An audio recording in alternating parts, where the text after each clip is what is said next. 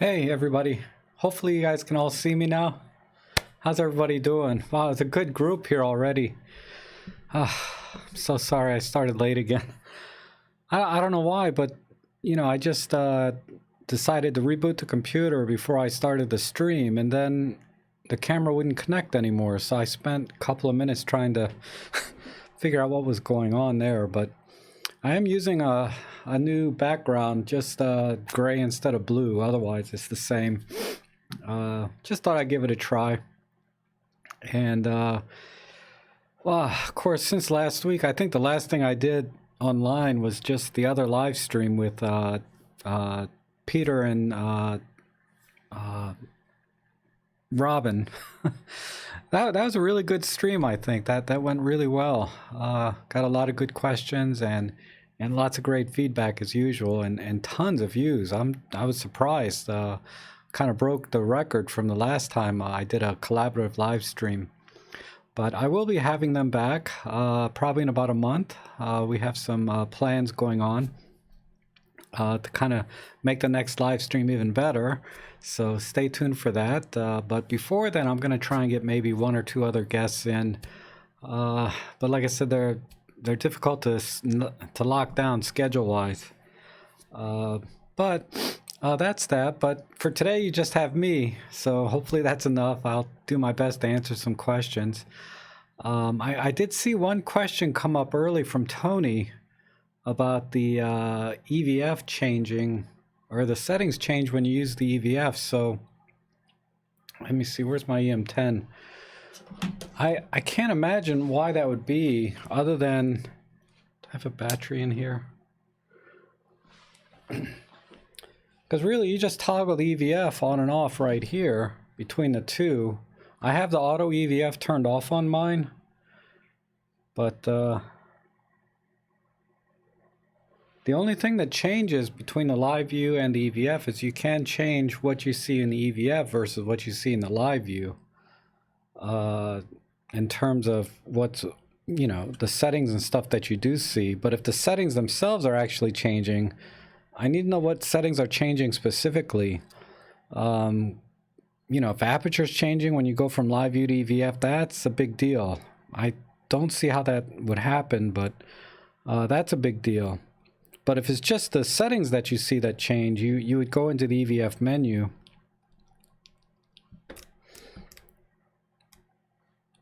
And the EVF has its own menu right there. And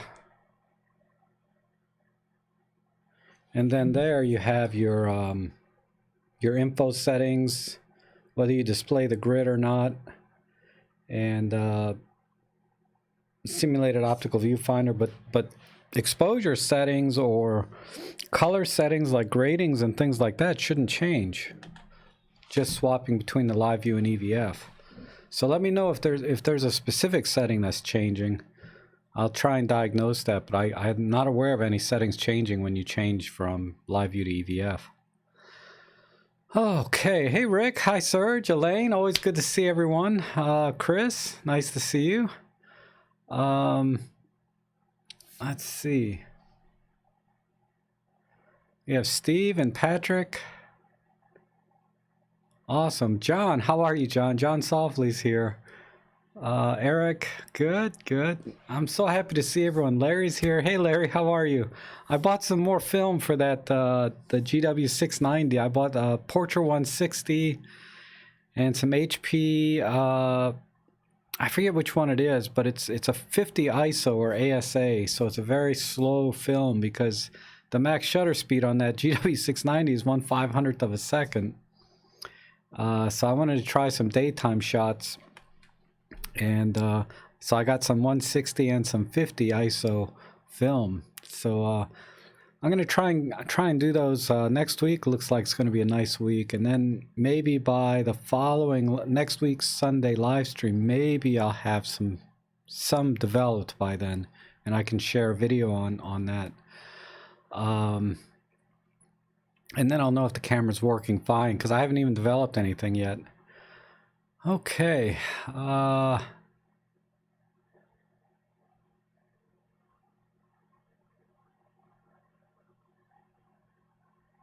So LCD versus EVF auto switching. Yeah, so in that menu, the EVF, I'm sorry, I'm going back to Tony's question. There, you can select if you can have it auto switch or just switch manually. I have to have it switch manually because my auto switch, my eye detect broke on my EM10. So I just switch it manually anyway, which I prefer to do generally speaking. Oh, hi Barry, how are you? Welcome to the live stream. I'm so glad you could make it. Yeah, so also I got the EM10 Mark II, right? Or I'm sorry, the EM1 Mark III here. So I've had this, I guess I did the open box on Saturday or Sunday. I forget what day. Maybe it was, I don't know. I did an open box video, and it was a day or two after that before I actually got it out and started shooting with it. And I wanted to test primarily the features that were unique to the excuse me, unique to the camera, right? Like the live ND, the handheld high-res shot, and I didn't get a chance to try the Starry AF. But also, I think, I don't know, Kostov, are you here? Because you had a question about the USB. I'm working on that. I do have some feedback, though, on the USB charging and powering the camera via USB. Hey, Rod, how are you?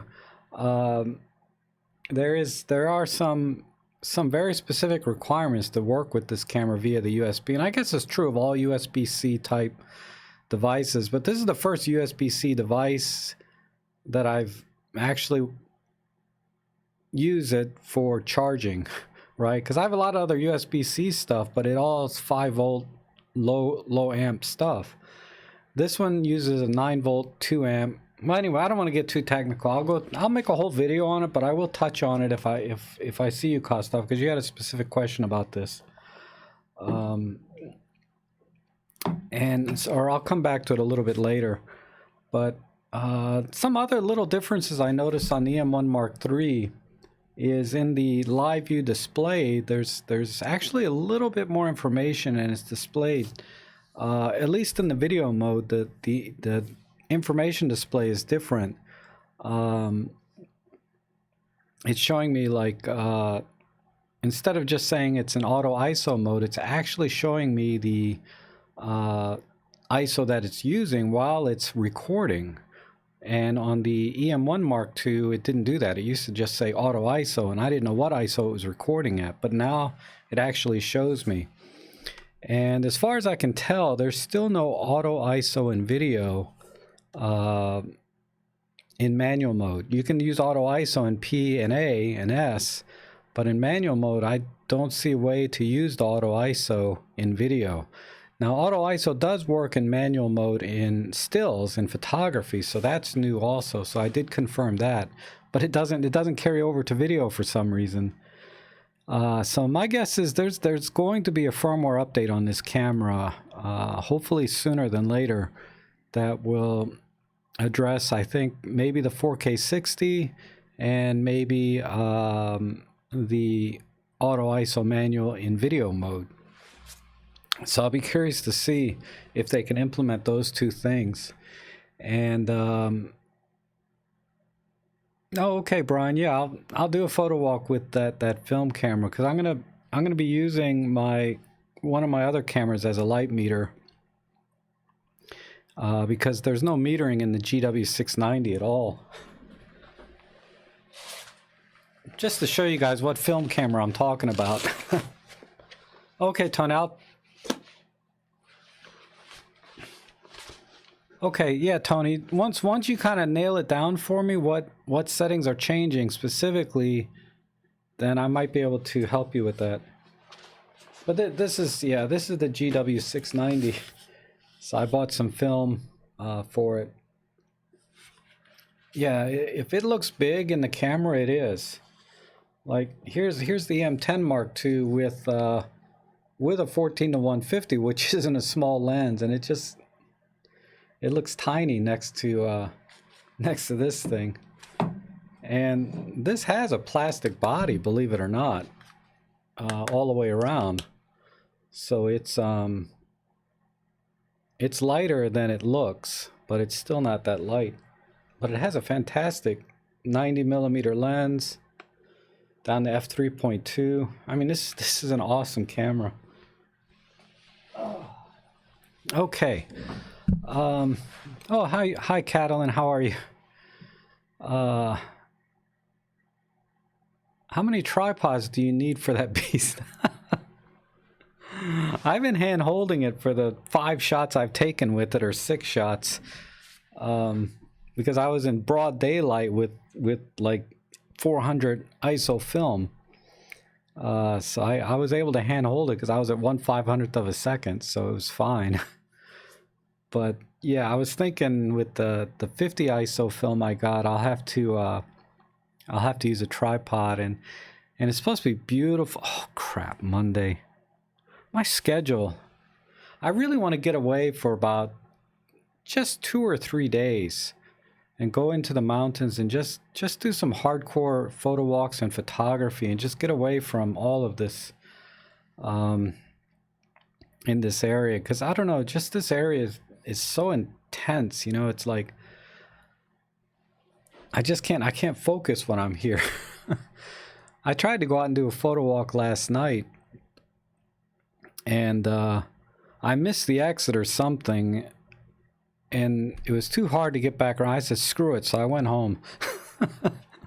I got a couple of shots off that were stupid, because I wanted to test a handheld high-res shot mode at night to see if in real life, if it's actually got some, improves the ISO noise. And it does very nicely. Let's see, Eric says, I'm so getting the new E-M1 Mark III. I've gotten permission from the missus to purchase it, but I told her it was going for $1,300. We'll see how things... Yeah, good luck with that, Eric.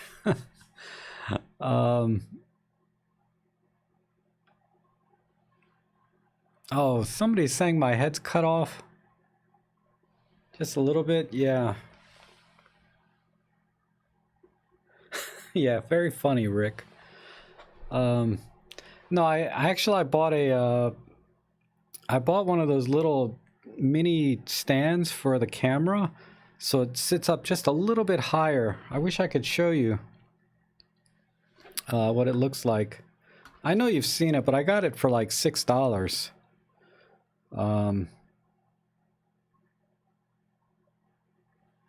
Maybe you can see it if I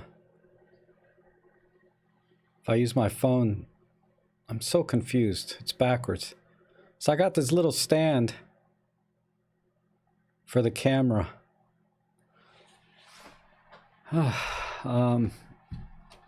So yeah, it's kind of tilting down.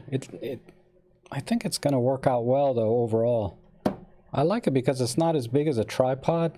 It's got kind of a narrow base, whereas like a tripod you have to you need some room, and I don't have that much room on my desk. Also, I'm trying to work out like a good position for the mic so everybody can hear me clearly, etc. God, I'm like all over the place. I don't know what I was talking about before. I felt like I was doing something.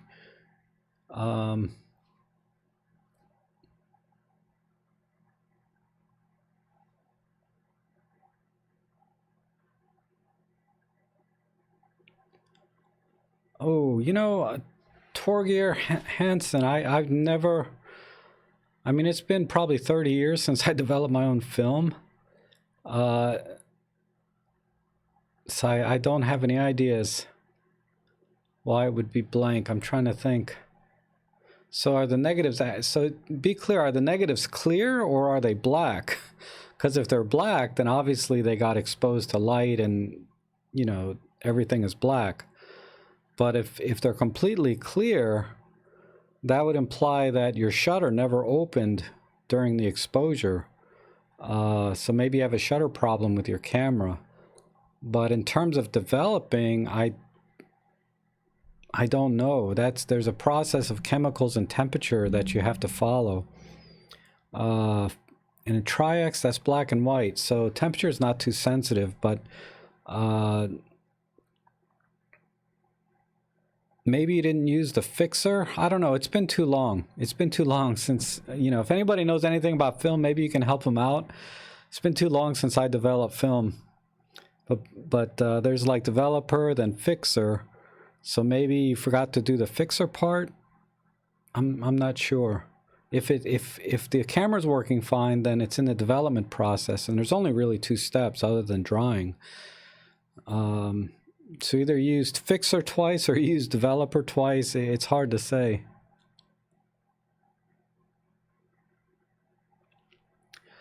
I know, Rick, but it was only $6. I bought it used off Amazon. It's, you know, like if you bought the brand name version, it's like, you know, $30 or $40. It's kind of expensive, but I found a generic one.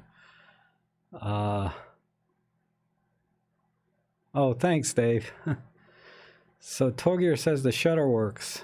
So if your shutter's working and what you developed is completely clear, I mean, it's a stupid thing to say, but maybe you left the lens cap on. But if it's the whole roll, I would seriously doubt it, especially if it's an SLR. Are we talking 35? Yeah, Tri-X 35 millimeter. So it's an SLR, so you're not going to leave the lens cap on. Otherwise, how would you compose, right?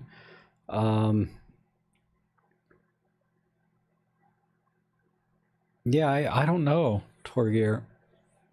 So the film is completely clear, frame to frame. And let me think. I don't know. I have no ideas other than the chemicals you're using. Maybe you didn't use the developer? I'm trying to think. I really don't know.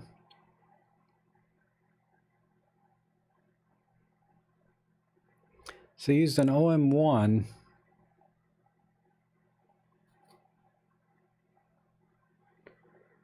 Oh, yeah, sorry, Torgear. I don't develop film myself, so I'm only guessing. Let's see. John says, RE the EVF EM10 Mark II. How do we set the EVF in S mode for WYSIWYG? My EVF always shows good clear image, even if I set the S mode to say 1/2000th in a dark room. What am I doing? You might have SOVF on, or live view boost. So check your settings here.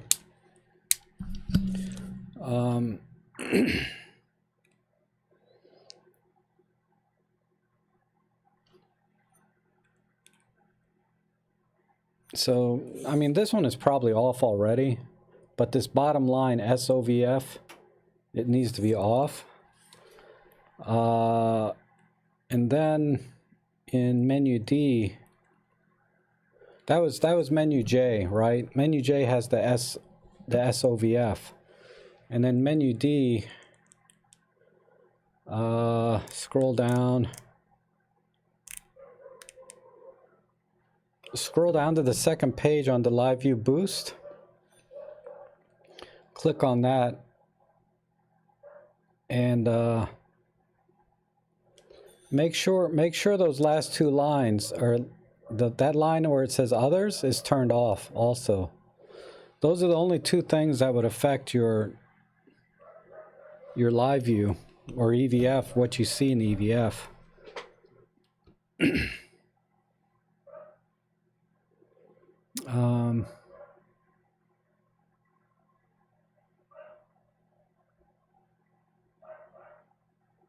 So let me know if that worked, John. And then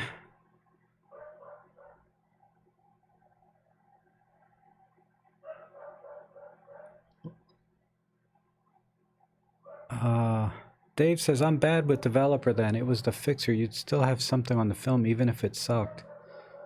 Yeah. Oof. I'm sorry. If you guys can hear my girl dog, Ellie, she's losing it for some reason. It's probably the UPS guy driving by.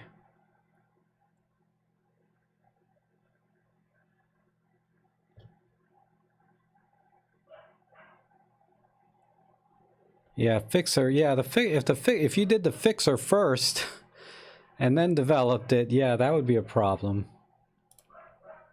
Give me 1 second. I have to close this other door so my dog barking doesn't. It's just I can't focus. Hold on.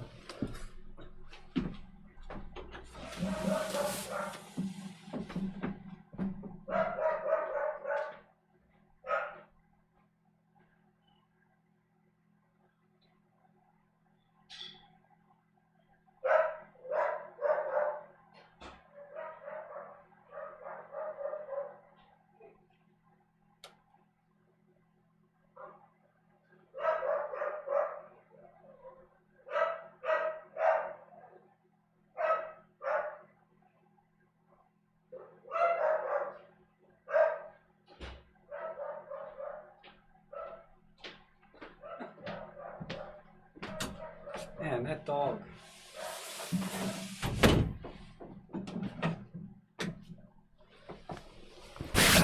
My neighbor's lawn care guy is like fertilizing the lawn, so she's just barking at that guy. Oh, hey Dan, how are you? Sorry, sorry everyone.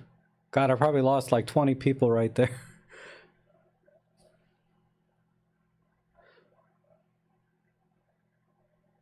Take her out on a walkabout. That's true.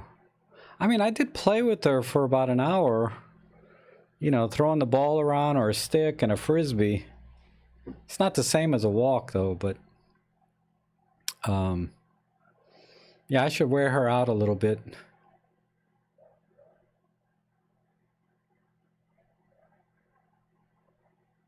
Okay, so what else happened this week?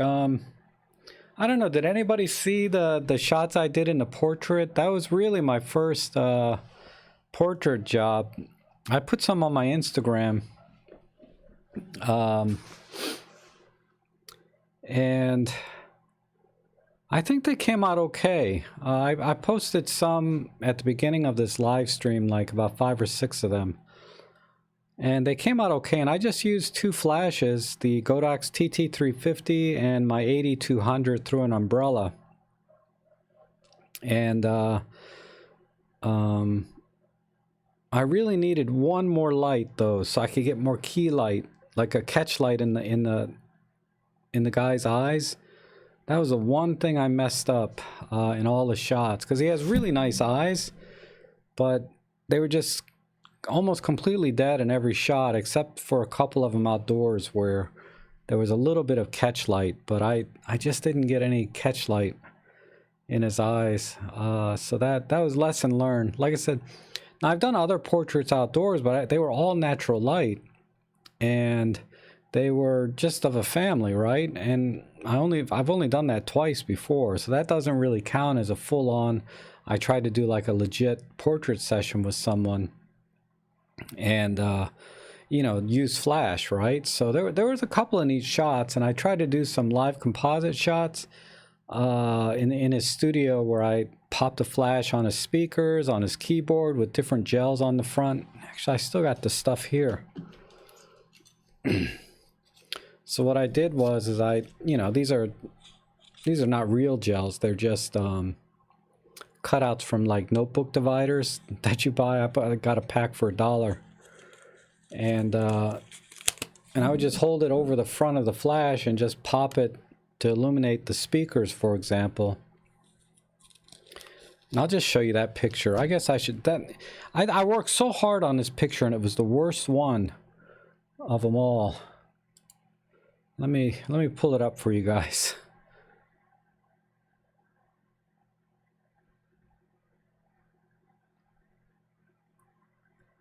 But this was a live composite shot.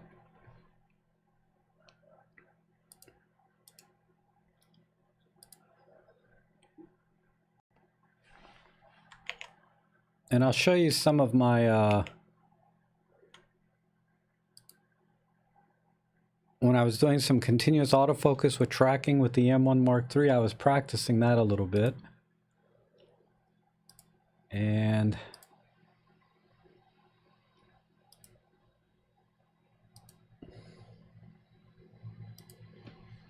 Let's see, where's the...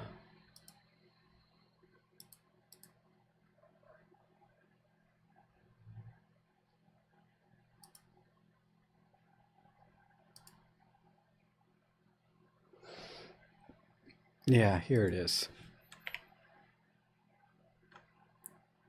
So let me show you these. Oh, thanks, Dave.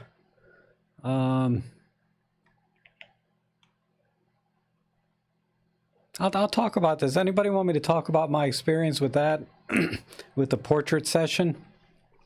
Because that was a good learning experience for me. Maybe I can share with you a little bit about how that went. How do I get this so you guys can see it?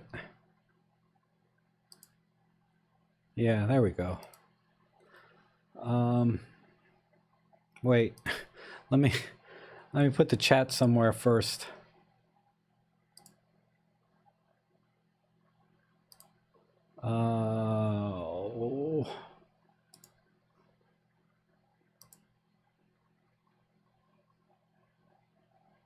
Pop out this.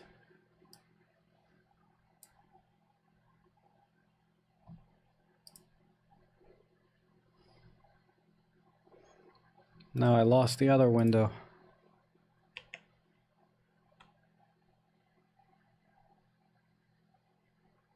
Here it is, bottom.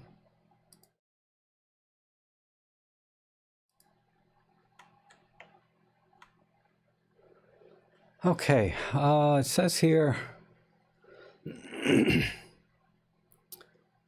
Yeah, you know, Elaine, I did try to use a brush to brush in some of the some speculars, like I would draw some white dots.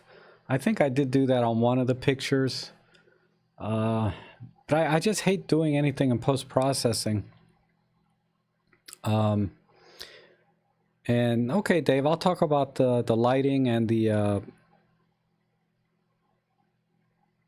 yeah, the flashes that I used. Okay, so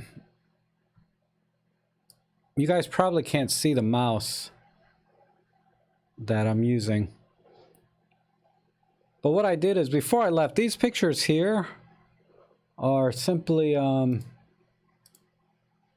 I was just practicing a little bit before I left, because I hadn't done portraits ever, right? So I was practicing some live composite with some lights and just practicing on my table. But that's the table. I was practicing just so I got a flash with a snoot, so I wanted to crush the ambient light, as you can see, because the natural light was what? Let me see. This was the natural light in the room. Well,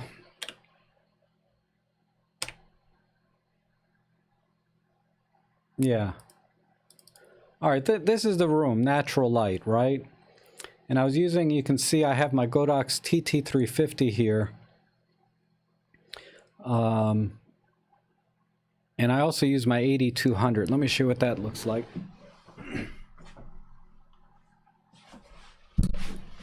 Okay, so this is the 8200.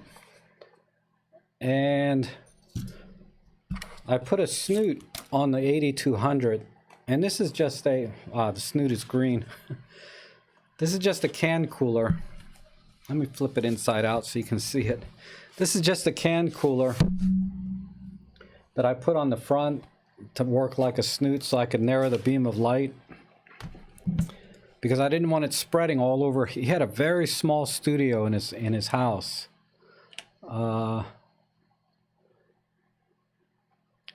So when I got to his house, there was a cat there, so I just said, okay, let me make sure the light works. So I used the snoot with the 8200 and I popped a flash on the cat, and I says, good. So it's illuminating the cat and exposing for the cat, and not illuminating the rest of the room.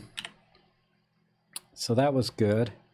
And then I just started practicing. So it took me, as you can see, quite a few shots.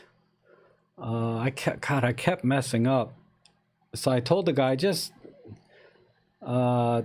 just go away for a bit. Let's take 5-minute break. I need to kind of reset my brain how I'm going to compose for this shot, because what I wanted to do was, this wall is red behind me there, and then he had the computer monitor, and then all of this gear, and his desk was a disaster. It just had all kinds of crap on it.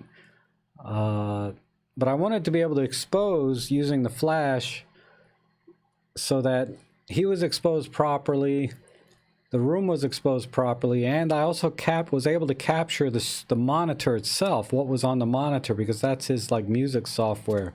And then he had keyboards and everything. So I kept practicing, and then I said, okay, so I put a red gel. This is the red gel. And I just kind of held it on the flash like this, and then I popped it. So I'm in live composite mode here. So I just popped this behind to see what it looked like. So I'm kind of building the scene up in my mind. And then I practiced several more shots, right? And then finally, I got this shot. This is basically the raw image where I had a nice strong light, obviously, but I was able to keep the camera exposed for the screen. And this is the final image I got. Wait, these are different.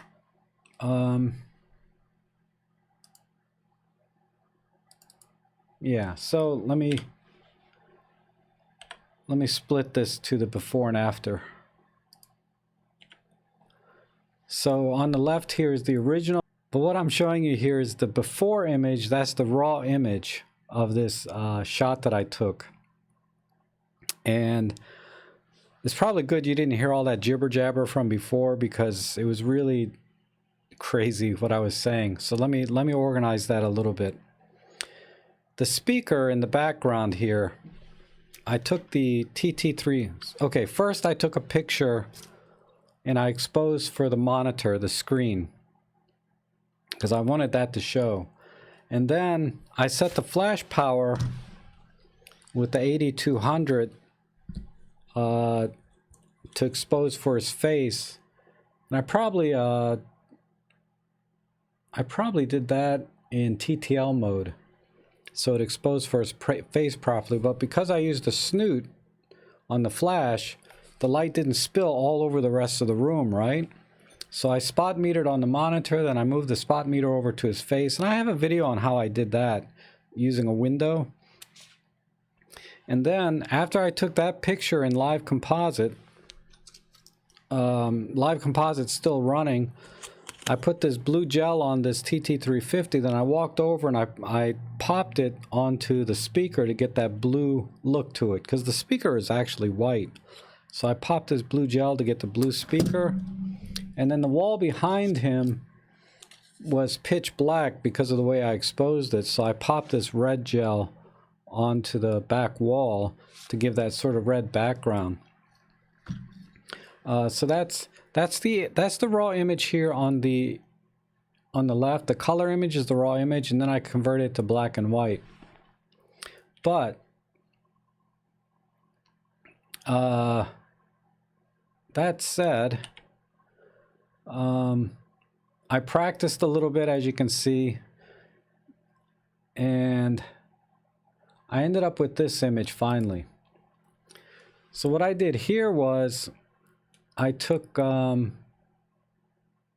it wasn't this image. Hold on.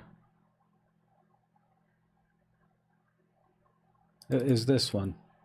So this is the image I also delivered to the client. I don't know, where's the delivered image though? I didn't deliver this actually, but I think this was the raw image I used to deliver. So you can see at the bottom there's some keyboards that I illuminated with an LED light with purple. And then I did the same thing. I popped a red gel onto the back wall, a blue, and then a blue gel, you know, onto the speaker. I exposed for the monitor, and then I popped the 8200 with a snoot onto his face. And that gave me some other image. Oh, here's the finished image. That's the one I delivered. So this is the actual image I delivered. Black and white I did in post. Everything I shot in RAW, then I did then I did everything else in post. So here's the final image that I actually delivered. So you can see the keyboards have that blue tint. Then he has some other, sorry.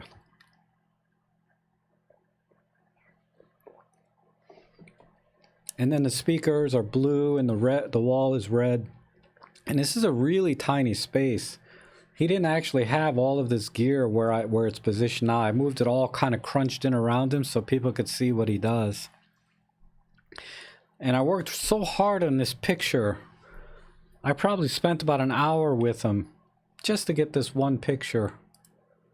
And it's terrible, you know? Now, let me show you. This image here is sort of virtually the natural light image, and I didn't use this. But I wanted you to see what sort of a straight out of camera image would look like without using flash or anything. And you can see right behind him off his right shoulder, you can see there's a shadow of my Godox TT350 on a flash stand. And I have the snoot on it too, on the front. Like so. And that's all I used. And then the Godox TT350, you see the shingles up there above his head. I use this, and I have Velcro on this flash. So when I put the flash on the shingles, even though I was at an angle, the Velcro helped it stick to the roof. So I had this above his head on the shingles. And I had everything set to manual. So I was firing all the flashes in manual power, then just adjusting it after I took a few shots. So, so let's see. I think this is one I delivered, but I don't think I put the TT350 up on the roof yet. This was just a shot with the flash, but I'll show you what this looks like just straight out of camera. You can see it was really dark, so I underexposed this a bit, but I was able to save it because I shot in RAW. Let's see. Here you can see on top, see the shingle up there? That was creating a nice rim lighting, and that's why I wanted it up on the shingle behind him. This is just some old shed in his backyard that I was shooting at. So I was kind of dodging dog poop and things, just like in my own yard. I'm just making sure I still got sound. Let's see, there's a quick question here. Just check the Instagram. How was the flash setting when you did the black and white image with the sunglasses on? They all went out good, by the way. Oh, thanks.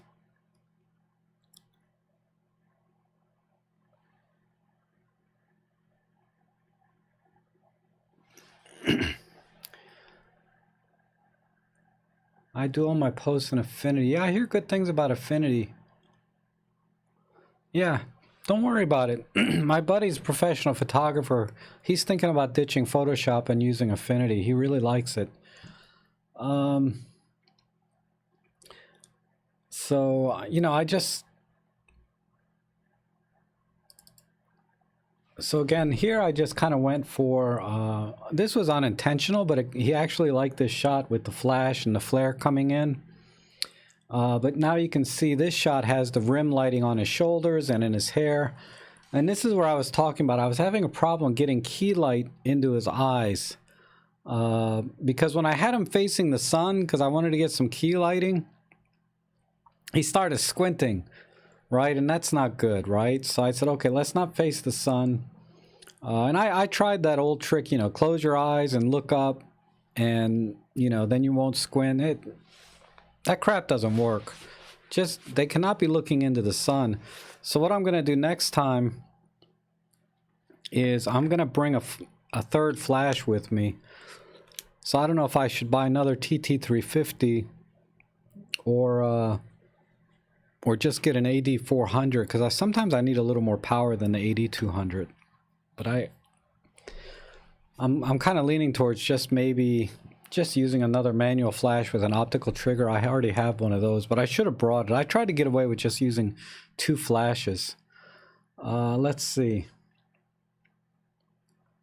Where's another one that I delivered?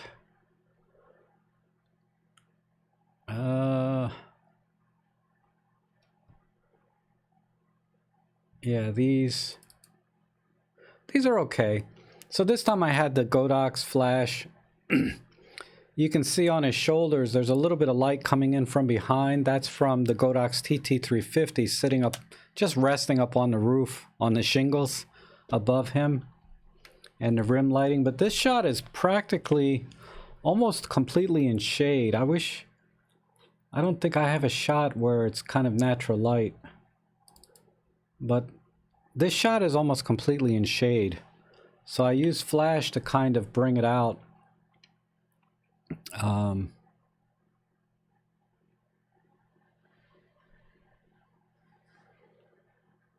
then he turns out he's a Trekkie. Not like a Rob Trek Trekkie, but like he likes Star Trek. So he wanted kind of a personal shot of him doing Star Trek. But there's the rest. Somebody had a question about the black and white with sunglasses.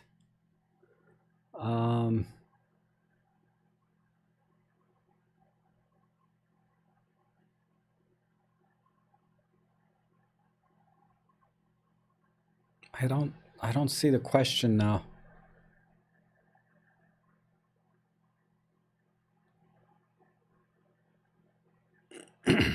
Oh, hey Archie, how are you?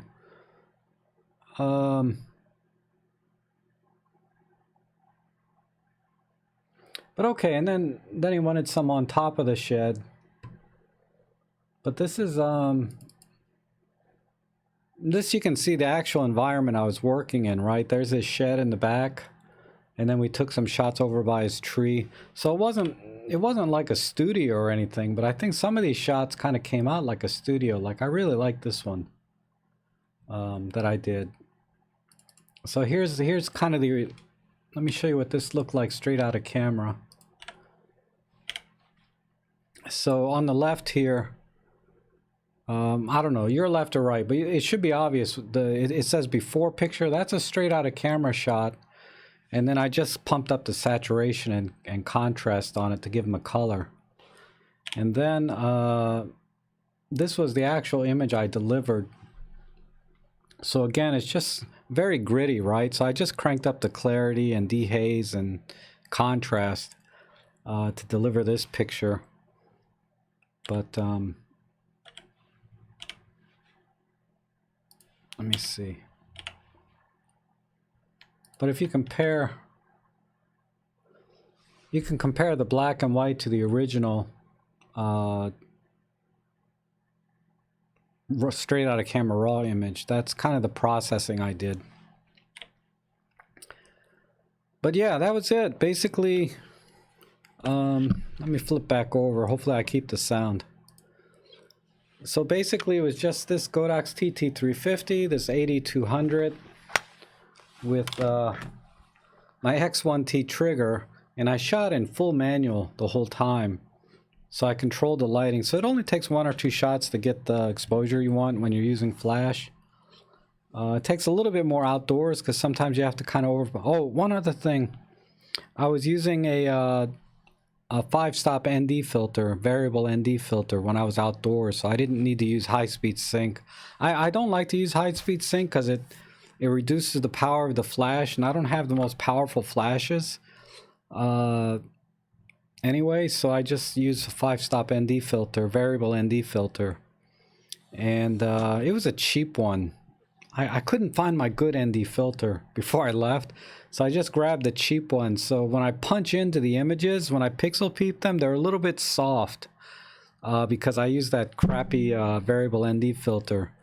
I mean, because this was a sort of a gritty portrait session where it didn't have to be tack sharp, it had to be more kind of artsy-fartsy because he's a musician.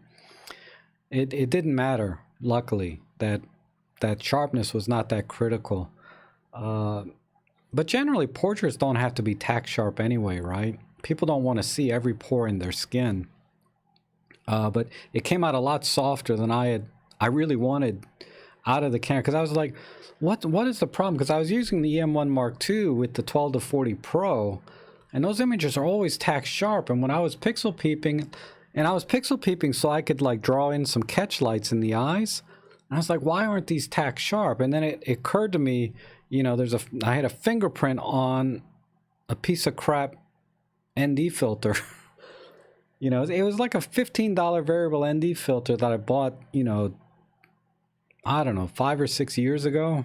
And I bought a nice one and I couldn't find it. Anyway, that was my portrait session. And I lost my chat window. Okay,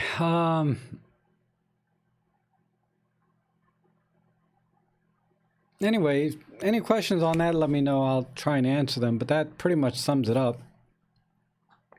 Lars, you're selling your Pen F. Shame on you. And you're going to get a Fuji X100V. Wow. You know, the only thing with the X100V, or any of the Fuji X100s, if you've had an X100 before, then I'm wasting my breath, because you know the problems I had with it. But it didn't have the flippy screen. It doesn't tilt or flip out. And so that was a problem, because I was always shooting low, and then no image stabilization. So I had to keep my shutter speeds at least 1/30th of a second to 1/60th to make sure the images would come out tack sharp. And now that's a problem when I'm doing night street photography. So I had an X100F for a very short time.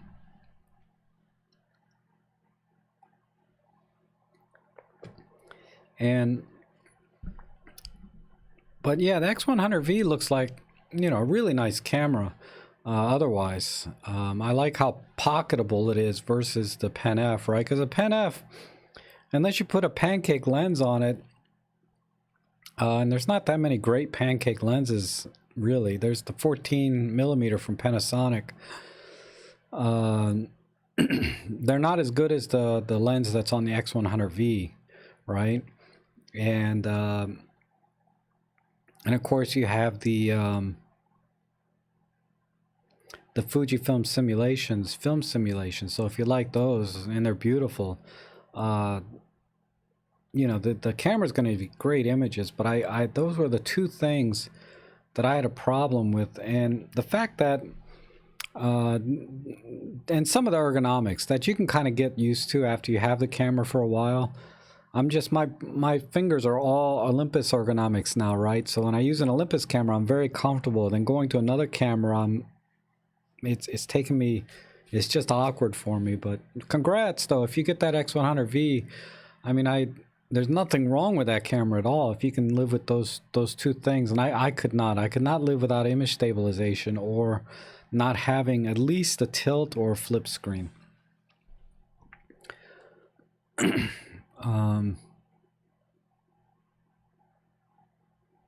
But yeah, I really like the portability of the X100V, because if you're just wearing a field jacket, that'll easily go into any pocket, you know. Hey Robin, how are you? Nice to have you. Let's see.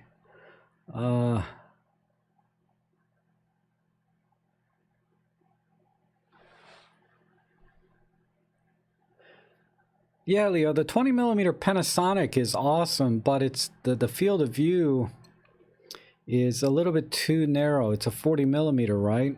And for street photography, you kind of like to be at 35 or 28mm. I think the X100V is a 28mm field of view, full frame equivalent. 20mm is just a little bit too tight for street, generally speaking. I mean, as a rule of thumb, not that you have to follow the rules, but I like to shoot at 35 or wider.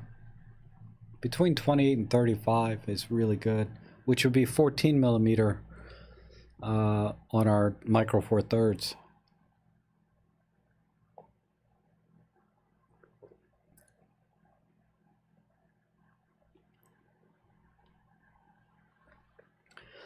Yeah, Lauren makes a good point. I mean, if you want to freeze people walking around, you really do need to be at 1/250th of a second or better. So image stabilization is a non-issue at that point. But I use the camera for a lot of nighttime shooting, and that's where I was having a problem constantly. And the camera didn't focus well. And this is the X100F. The camera did not focus well at night. Nowhere near as good as my any of my Olympus cameras. I'm sure that's all changed now with the X100V. But the focusing was not the problem for me. It was mainly just not being able to tilt for the low angles, and I didn't like the EVF either, because it's one of those hybrid ones. I mean, I didn't hate it. Just wasn't crazy about it. Oh, hi, Joanne. Or Johannes. Yeah, no idea about the 150 to 400. I did see on 43 Rumors that they have some sample shots, and there's a video on it, on the 150 to 400. It's all in Japanese, but I did kind of skim through it, and it was, I mean, if they're shooting with it, it's probably going to be out soon. They may have put a timeline in there, but I can't remember. But go to 43rumors.com and you'll see the article on that lens.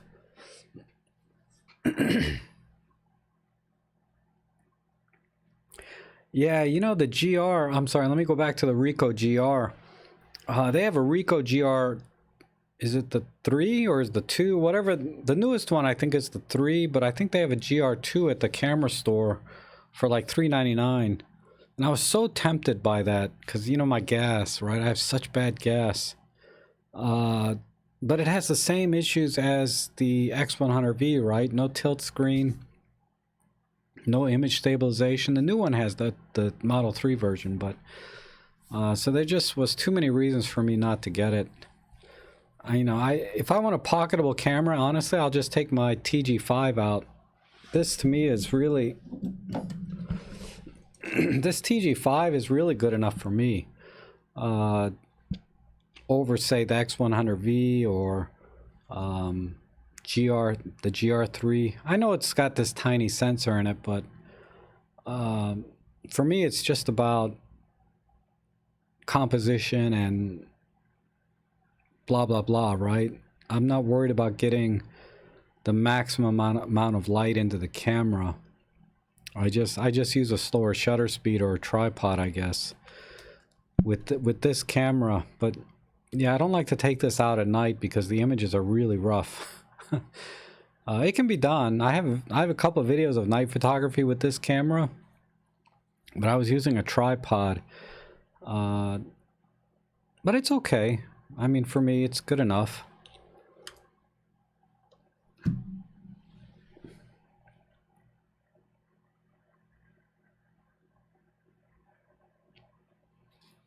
Oh, the 45. Yeah, I think my first street walk, I used a 45mm. Before I bought a 17, I did use the 45 a couple. I haven't taken it out lately. Someone challenged me to take my 75mm out.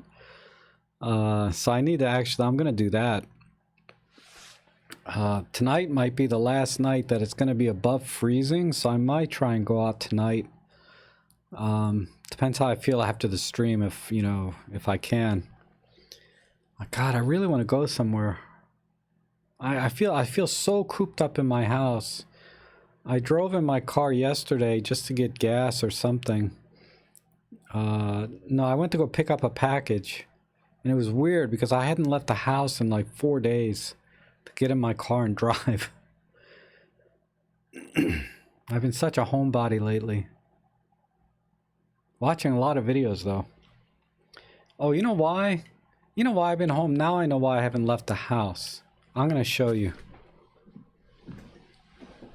I'll be right back.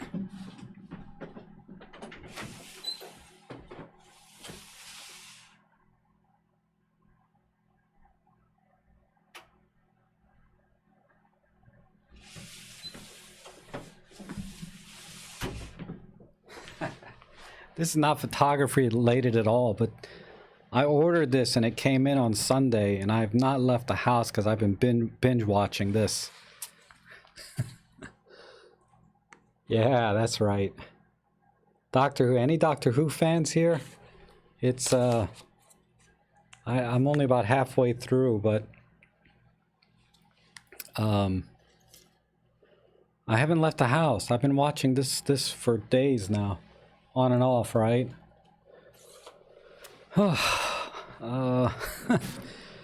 Anyhow, let's see. How about the Olympus 17 f1.2? It's a 34. I would not buy a 17 f1.2 to be honest. It's very pricey. I mean, it's weather sealed, I'll give it that, but honestly, I think a 16 millimeter Sigma f1.4 for about a third the cost is a better deal, and you're only losing half a stop. So, I mean, as much as I love Olympus glass, the 17 f1.2 is really pricey, and it's not particularly fast, and it's probably twice the weight as the Sigma. So that would be my advice, Leo, is try the Sigma 16 f1.4. A lot of people love that lens. It's not a lens I would buy because I'm not a big fan of Sigma in general, but you might love it, you know.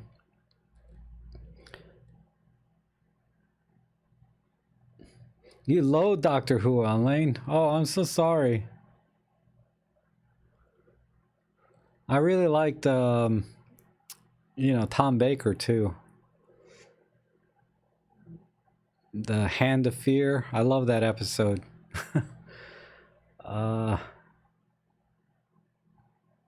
Even money no object, then maybe I would get a 17 f1.2 if money was no object.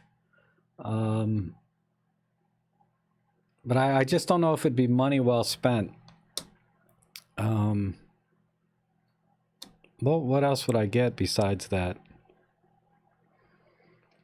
It's a tough call. I mean, it's the only 17 f1.2 out there. There isn't really anything that close to it. If money were no object, I guess you could get it, but I don't see the need for an f1.2 personally. I'm very happy with the 17 f1.8 that I have.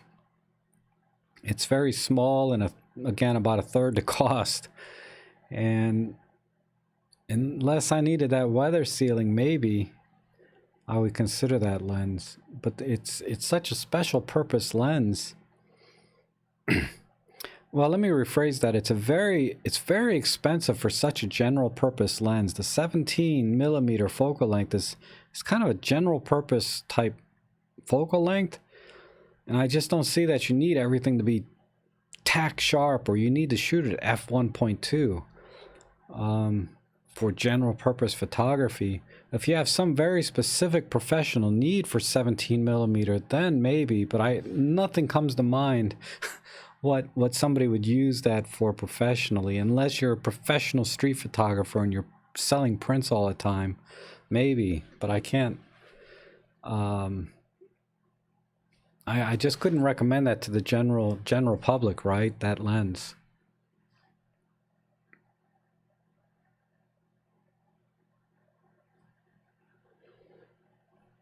Yeah. See, Sefrin likes the 16, and Ultramuck is saying the Pana 15. The Pana 15 f1.7 is also supposedly really good. That is definitely on my short list of lenses to get. I'm gonna get that lens one day. Oh, and the Sigma's weather sealed also. I didn't know that.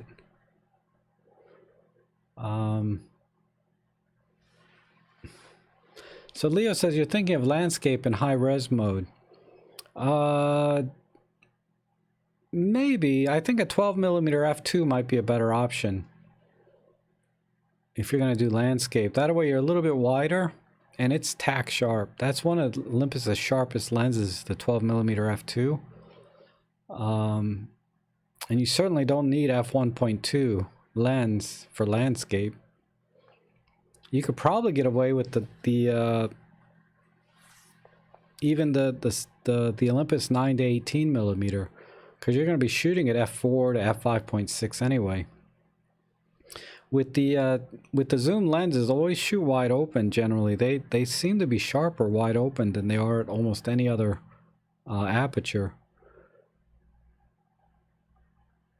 You know, meaning if you're at like f4, most of our lenses at f4 and f5.6 are very sharp, which is like the perfect landscape aperture for us.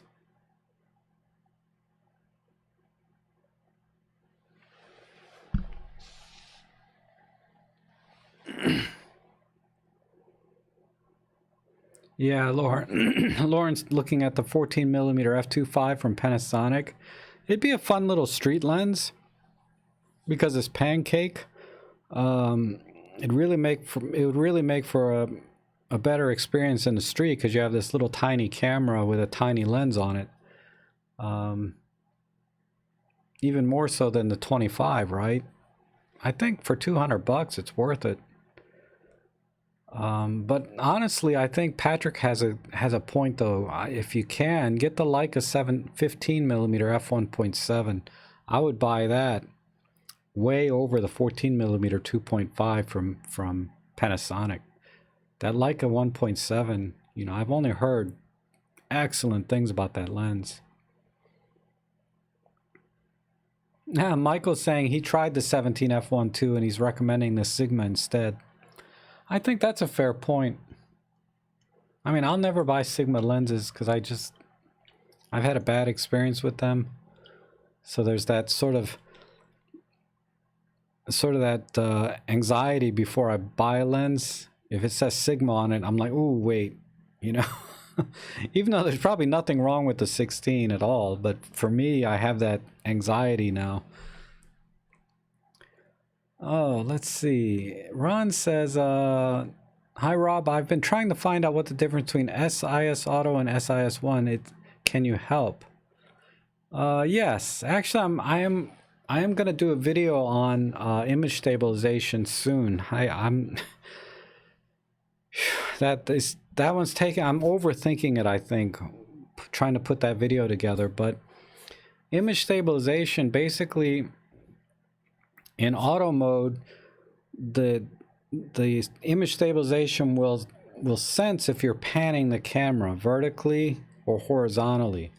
And if it senses that in auto mode, it's going to turn off one of the axes of image stabilization to help you give you a sharper image.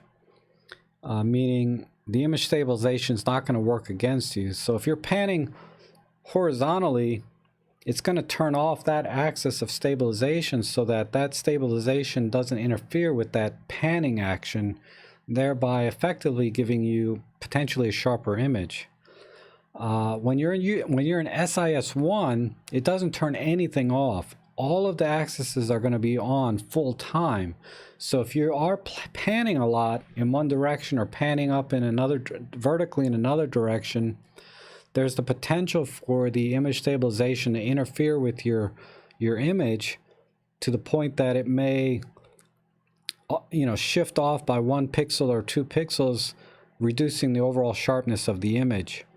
So that's the difference. So you would pick, personally, I use SIS Auto 99.9% of the time because I don't do a lot of panning and things.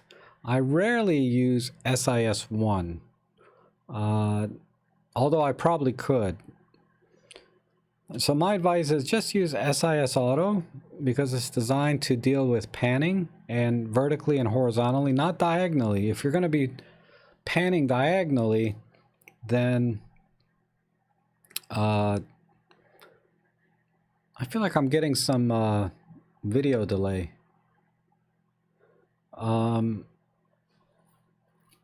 If you're going to be panning diagonally, you want to turn image stabilization off.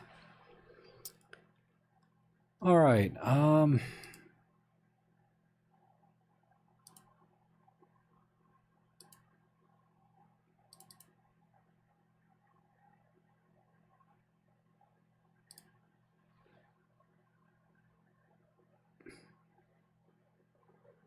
I am getting some lag in my video. I'm so sorry.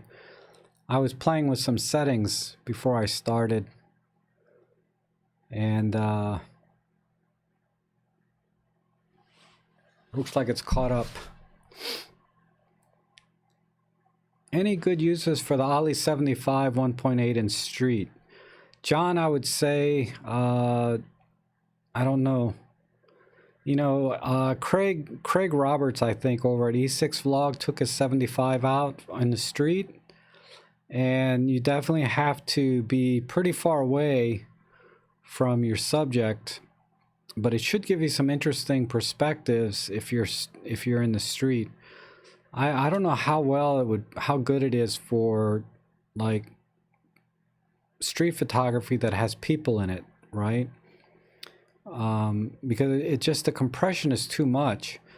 You'll get a shot of the person, but you're not going to see what the environment is too much. So I think it's more, I don't think it's ideal for street photography, to be honest. Why is my video, it looks really choppy to me. Does it look choppy to you guys, the video, or does it seem okay on your end? Yeah, video is lagging, right? Why?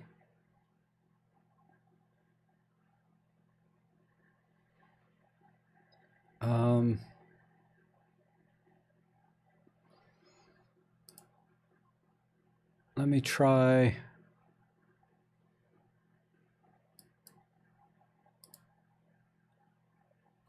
I don't think I can change any of the settings while I'm streaming.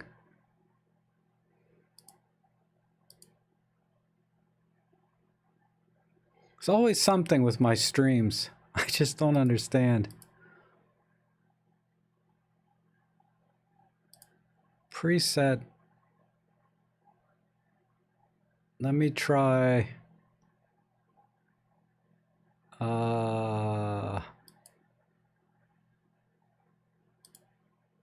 Let me try that.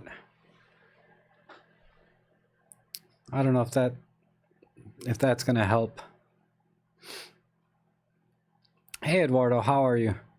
Let me try one other setting.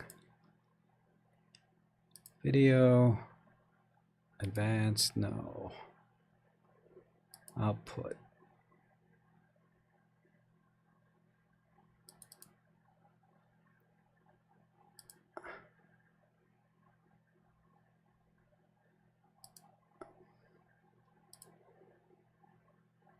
Max performance.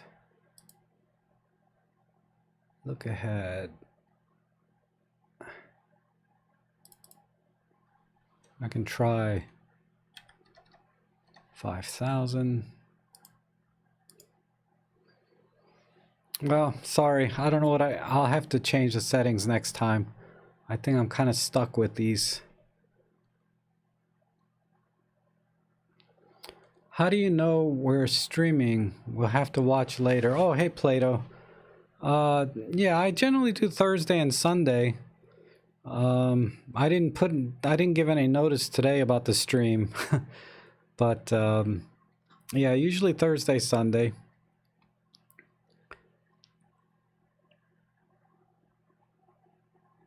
Oh, thanks AJ, I appreciate that. Despite the technical difficulties today with the lagginess, hopefully the audio is okay. Because, you know, I was watching the live stream I did last weekend with Peter and Robin, and I noticed there was a syncing delay with their voice in the live stream. So I said, okay, let me change some settings around and see what happens in this live stream. So now this is what happens, right? I have lagginess in the video. Brian says, I sometimes swap to 17 f1.8 for my wife's Panasonic 14 2.5.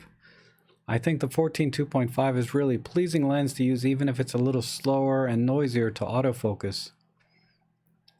Yeah, I agree. I mean, it is fun to use because of the compact size. And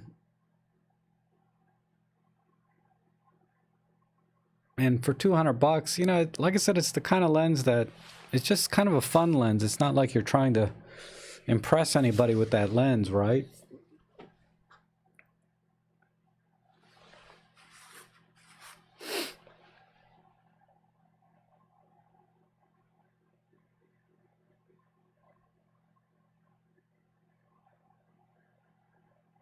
Yeah, thanks, Rick. That sums it up there.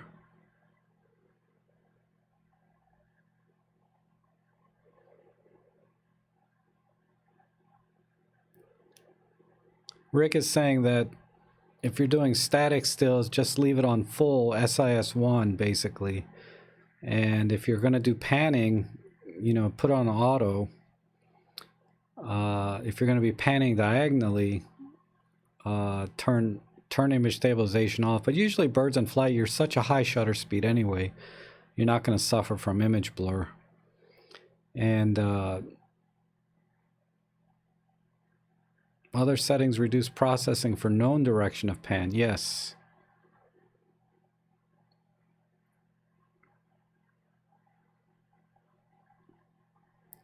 Oh, okay. Let me just get a little sip here.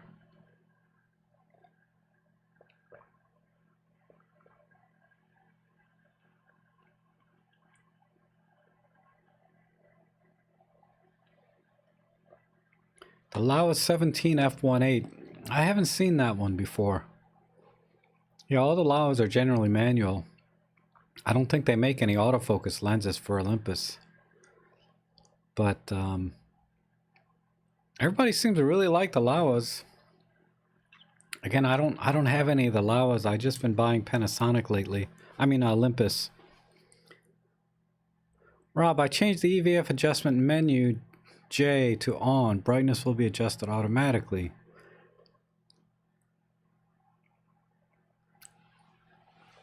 Okay, let me see what that setting is.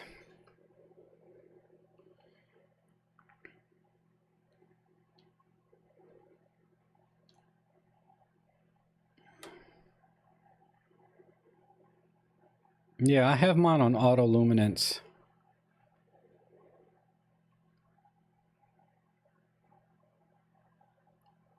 So yeah, I have mine on auto also. Okay. But I think that's referring to the brightness relative to the ambient light. I don't know if that's...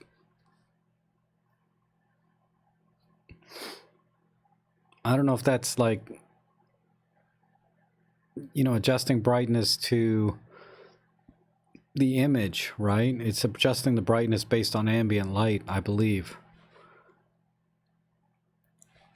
So instead of doing auto, just turn it to max brightness and see how that looks to you.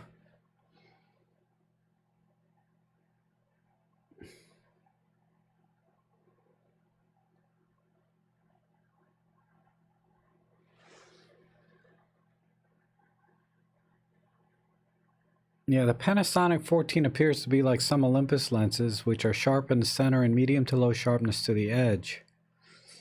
I did not hear it being slower to focus. I think that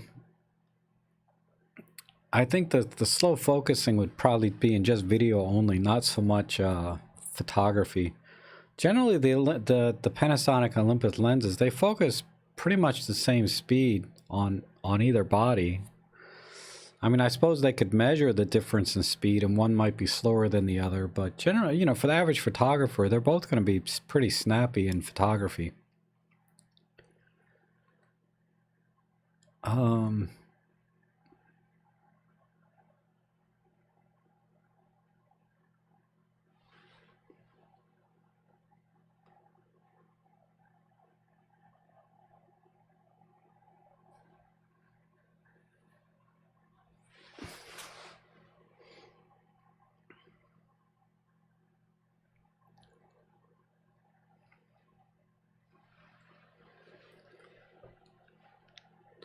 Yeah, Rick is saying if you know the direction of the pan, you can use one of the other settings and you'll get more frames per second.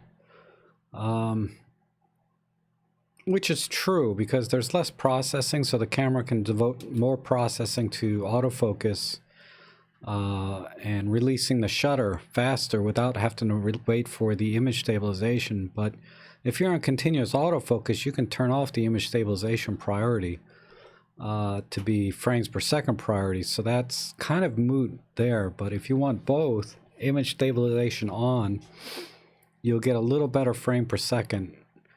And if you use SIS 2, I think mode 2 or 3 versus auto.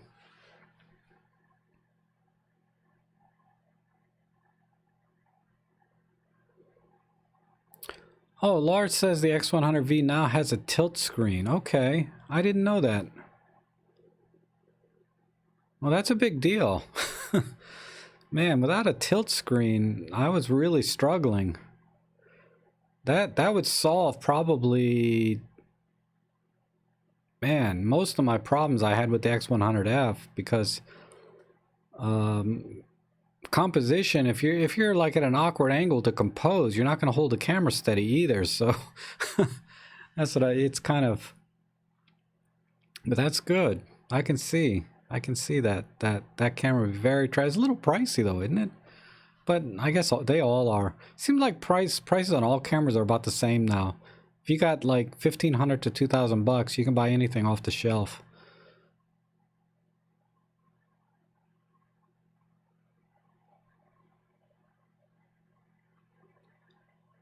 Oh, Robin said you cleaned the EVF. I tried cleaning it. It didn't make any difference. I took the little rubber piece off, and yeah, it didn't help. I'll try again, I guess. Maybe I didn't clean it well the first time. But that's good to know sometimes, just cleaning that.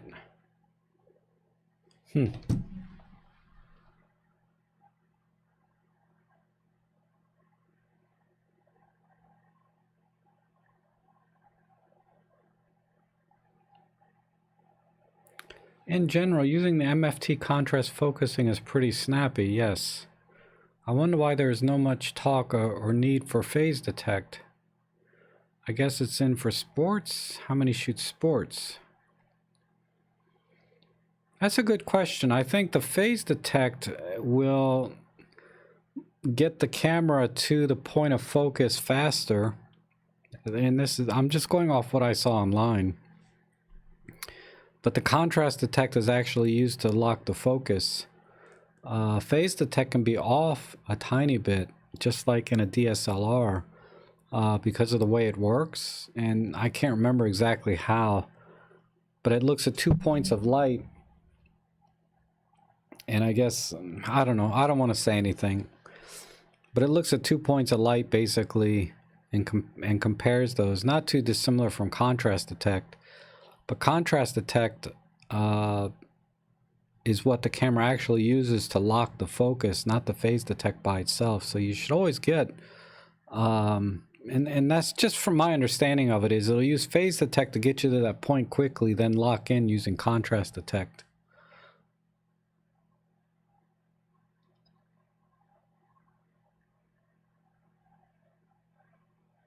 I think the main draw may be Fuji on glass, though Olympus and Panasonic are great too. Yeah, Fujifilm is you know, Fujifilm is doing a good job, and they make beautiful cameras. And I think if you've been shooting manual film cameras a long time, that's where Fujifilm, I think, really shines, because the controls are definitely geared towards the full manual shooting. It's not really well geared for people that shoot in aperture priority all the time, or any kind of auto mode of any kind, shutter priority, aperture priority program. But if you shoot in full manual all the time, the Fujifilm I can see is a joy to use. You know, the ergonomics aren't particularly any better than Olympus. I think the Olympuses are a little better. And now that the X-T4 has image stabilization, man, did my video totally freeze up? We're talking about Fujifilm. The Fujifilm X-T200 is more like your cameras for controls and uses a Bayer sensor. Yeah, maybe. I mean, X-T200 looks interesting. But again, it's the lenses for Fujifilm are just all bigger and heavier than the Olympus versions. Not that that's a big deal. I mean, my little XT30, I got the 18 to 55 on it. This might be a good trade-in camera for me. I don't really use this thing at all, but you know, I'm leaning towards the G9 from Panasonic. Still trying to get that funded, but not getting a lot of interest, which I understand. Who wants to pay for my cameras, right? And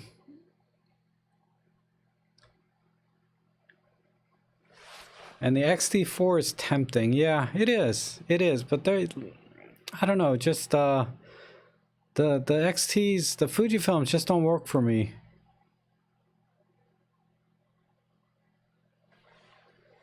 And then everybody's saying I'm hurting here. Wow, everybody came back pretty quick. Man, I got almost everybody back. Thanks for coming back. I appreciate that. Hopefully it won't lag this time. And I'm a bit overexposed, but that's okay.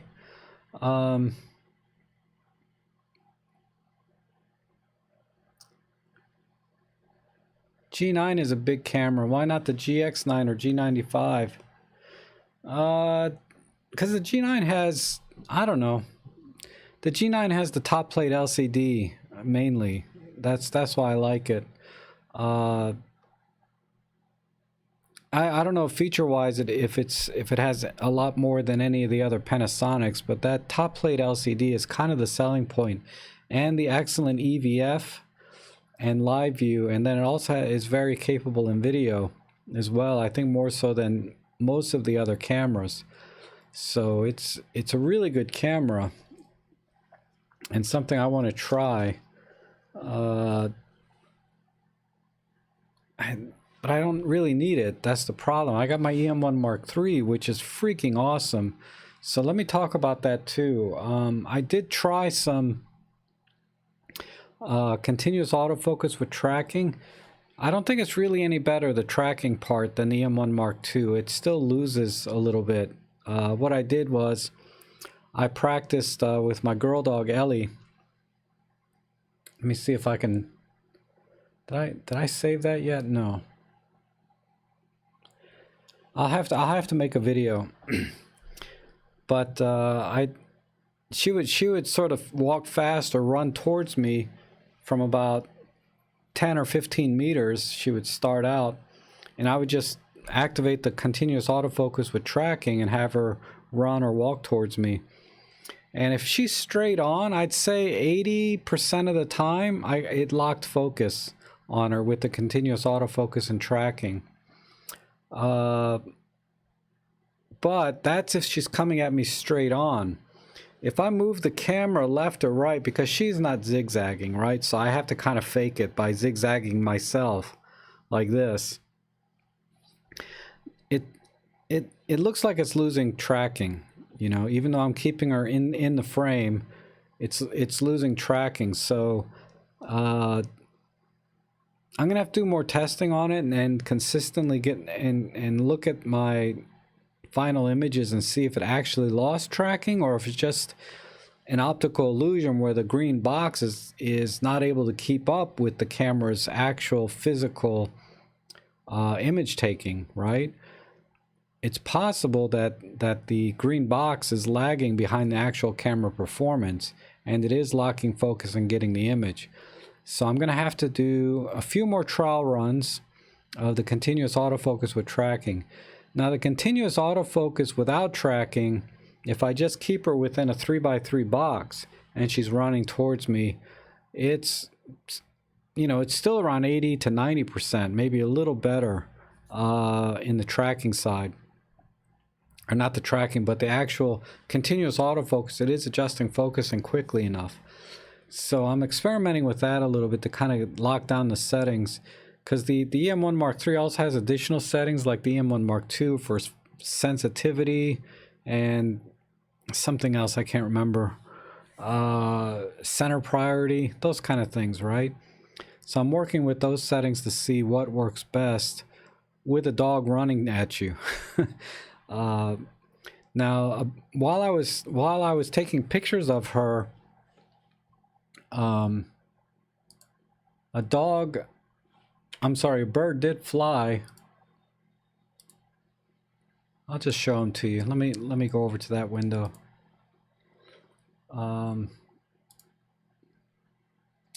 These are the shots I took today, and let me just narrow these down to the JPEGs. But you can see at the top, I locked the keywords continuous autofocus and continuous autofocus with tracking, and it was doing a really good job. I might be able to show you guys. See if I can do this without freezing the computer again. But it did a really good job. I'll show you. Quick question. AJ has a quick question while this is loading. What L bracket do you use with the E-M1 Mark II or Mark III? I've noticed the tilt screen on my camera won't open with some. I don't use an L bracket on my EM1s.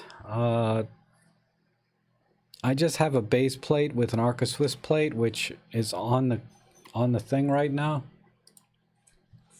But they sell L brackets that this part of the L bracket is cut out, and it allows you to open the screen. So look for an L bracket where this is cut out on this side, and that'll still let you mount the camera in an L shape.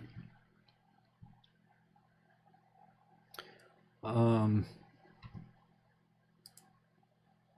while this other thing is loading, here it is.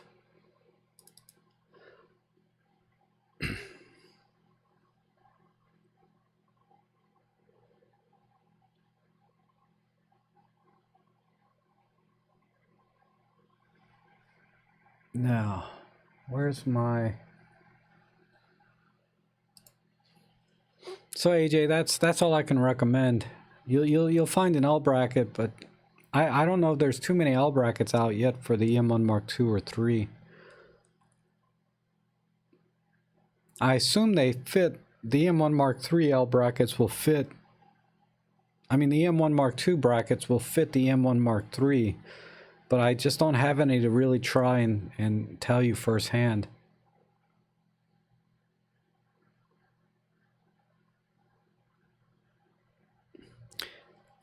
Tiger says, keep the E-M1 Mark II and get an E-M5 Mark III for backup travel, or get the E-M1 Mark III and keep the E-M1 Mark II for backup.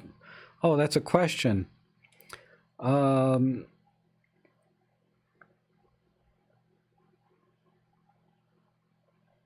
would go with option one. Keep the E-M1 Mark II and get the E-M5 Mark III for backup and travel, because, and I say that for the word that you use in there, travel, because the E-M1 Mark III or E-M5 Mark III is the smallest, lightest camera ever, and it makes great travel camera, much more so than the E-M1 Mark II. But the E-M1 Mark II will do almost everything the E-M1 Mark III will do, except for mainly the handheld high-res shot, the live ND, starry AF. I mean, sort of the kind of the fringe benefits of the E-M1 Mark III, but they're not core to the camera itself in terms of, you know, getting good image quality, good video. Stabilization is right up there. So I'd say I would go with option one. It's certainly less expensive, right? For one, and it'll get you probably 95% of what you can do with an E-M1 Mark III.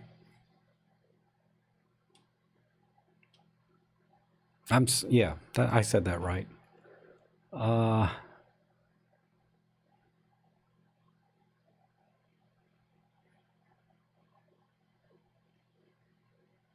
should do a video on continuous autofocus and try. I have an autofocus video. It's for the M10 Mark II. So you can check that out. It's one of my beginner series videos on the I mean, it's of course the EM10 Mark II, the focusing features aren't as advanced because, you know, we have a lot of additional features in the EM1 Mark II and 3. So that's a video I'll have to do separately. And that's what's taken me a little bit of while to get through the menu system on the EM5 Mark III, is because the autofocus menus are a little bit more complicated than the original EM10 Mark II. But I am trying to get a feel for that.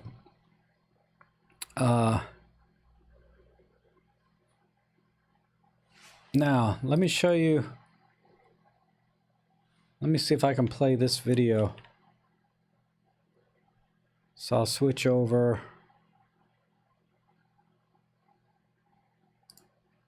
Here it is. This is a video I'm working on that you might see later. But let me play this. But this is Ellie running towards me, and I have continuous autofocus with tracking on. So it picked her up there, there, there, there. Very good, very good, very good. Off, very good, very good, very good. Off, off, off, off. Yeah, she's too close now. And then here's another one, right? So on the right side is the full image, and then on the left side I'm just zoomed in like 200% or whatever. See, there it did a little better job. I hope you guys can see this. And here she is running towards me again. So off, off, off. It lost her. Then it grabbed her right about here. And now we're good. See, she slowed down to a walk at this point, and then it got her very quickly. And then here's another one.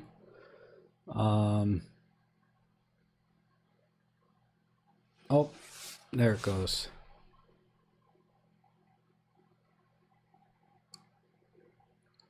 So on this frame set, it looks like it's maybe 50%. It's like there'll be 2 or 3 in a row that are out of focus, and 2 or 3 in a row in perfect focus. So there's a couple of challenges. Oh, did that even finish playing? I don't think that even finished playing.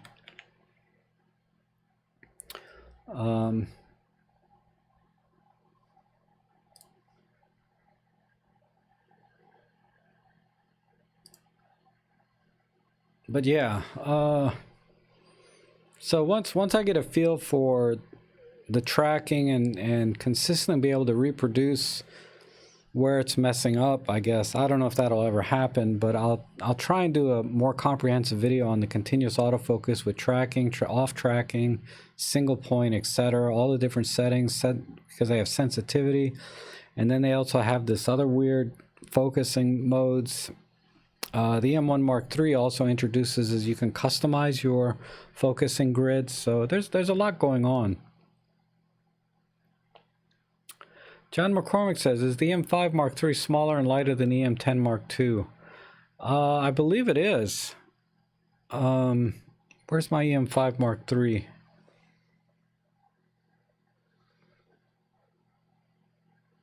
I think it's out in the other room. If it's not smaller, it's certainly lighter. I mean, they're virtually identical in terms of size. I mean, I think physically the M5 Mark III is a hair bigger all the way around. You'd only know that if you held them side by side. If you held them individually, you would be hard-pressed to tell which camera was bigger. But the EM5 Mark III, because it has the deeper grip, is definitely bigger physically. And weight-wise, I think they're the same.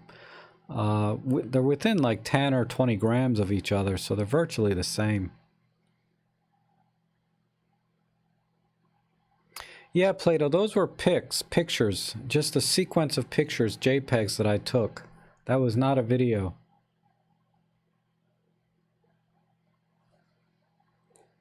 When the object, yeah, horizontally, yeah, no problem with tracking. I do have a sequence of shots where she's running horizontally, and it was able to stay on her, no problem, but you almost don't even need autofocus if they're just going on, you know, if they're just running along the focal plane anyway, right? You really don't need much autofocus, but it's more challenging when they're running towards you. Is the lens focusing fast enough to keep up, or are they all about the same? That was a question I had. So what I did was, today I did some more shots, because that was at 10 frames per second, right, on a kit lens, and the kit lens may not be able to keep up. So I slowed it down to 8 frames per second today, but I haven't really looked at the pictures yet because I had to do this live stream, right? So I'm going to look at that. So that's another thing I'm trying to take into account, because when I took my 75mm premium lens out, it was doing a really good job. So I put the kit lens on, the 40-150, and that's where I started running into problems. So I'm wondering if maybe it's still too fast. Maybe I need to slow it down to 5 frames per second. Then the kit lens will be fine. But I need to set up some testing conditions where I can use my 12-40 Pro lens, which should be as fast as any Pro lens out there, right? But she's just too small in the frame on that lens, even at 40mm. But I'm gonna try. I just need a couple of good days of light. The light is gone now. When I went out today, it was just cloudy. So my ISO was high, and the contrast was not very good because it was cloudy. So I did get some images today, but the conditions weren't identical to yesterday. So it's hard to compare the lenses and autofocusing when the light's changing so much. I mean, it changed a lot.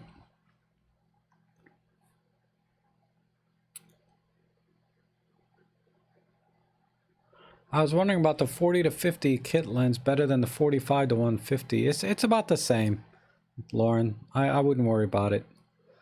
I think the Olympus version has always been cheaper, you know, at any given time. I mean, retail prices are about the same, but I think on any given day, you'll find the Olympus version cheaper. So if you haven't, you know, just buy Olympus for Olympus and Panasonic for Panasonic in that case, for those two lenses.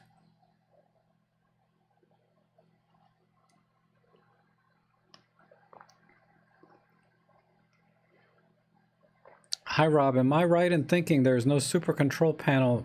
You're right. You are right. It has the live control panel. But I have the TG5. I don't have the TG6, but on the TG5, there's no super control panel, mainly because there's no touchscreen, right? And the super control panel is designed for touchscreen access.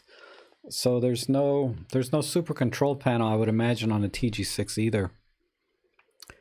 Jose, how are you? I'm interested in birds in flight setting for the E-M1 Mark II. I've seen your birds in flight for the E-M10. Can you explain AF scanning modes? In regards to birds in flight, they confuse me. I cannot. I know there's 3 scanning modes where, like, one is off, one is like it'll try once. But the scanning means what happens is if the camera does not find focus on something, scanning means it's going to focus from 0 to infinity and back. So scanning is the process of the lens starting at 0, then focusing out to infinity and back until it can find something and focus. So depending on if you choose AF scanning 1, 2, or 3, is how many times is it going to try. So I think 1 is like it'll not try at all, or it'll try once, and then 2 is, I mean, it tells you right in the menu. But that's what the scanning actually is.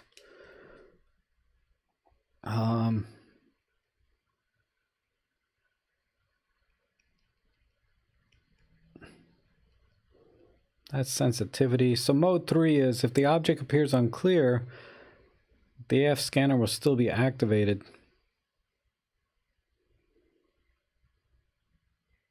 Mode 1 is it won't activate. Mode 2 is it'll activate once. Mode 3, it'll keep trying. So I've been trying to duplicate what the scanning is doing, meaning I will try it in mode 0 or mode 1, 2, and 3 and see how the camera behaves. And I'm just not actually seeing a difference in how the camera behaves. You know, but based on what I'm reading is that scanning is the process of going from 0 to infinity, like minimum focusing distance out to infinity and back is a scanning process.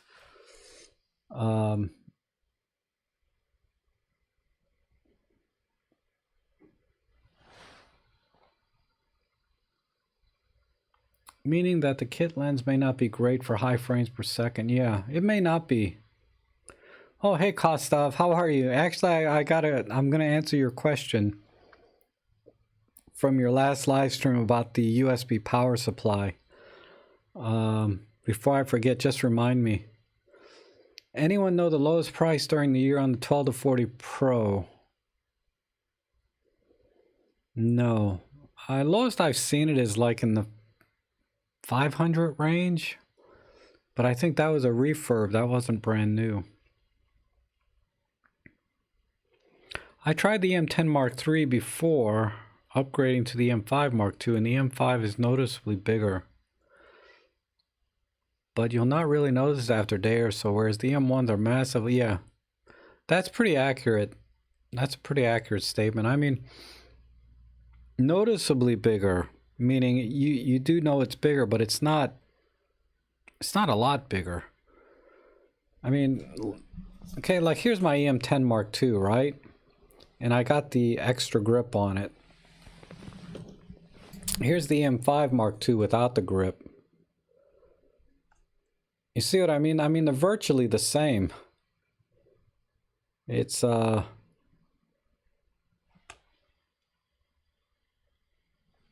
know, definitely from the back. Whoops, let me line these up. So, in terms of size, you know, they're virtually the same. It's just a little bigger. Noticeably so, not excessively so. It's a very subjective term, noticeably so, right?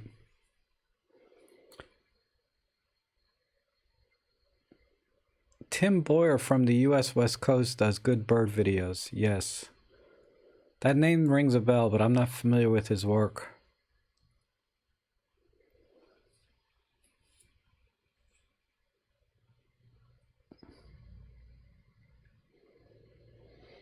I don't know why the 12 to 45 Pro is going to end up being deeply discounted. Interesting.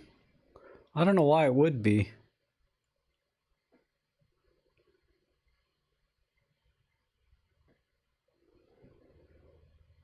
Wow, you're going to buy an EM1 Mark II for $899. Wow. That's a killer deal. $899. That's painful. I mean, that's awesome for you, but it just, oh. I've never seen an Olympus camera get deeply discounted like that, you know, for probably one of their best cameras ever. Because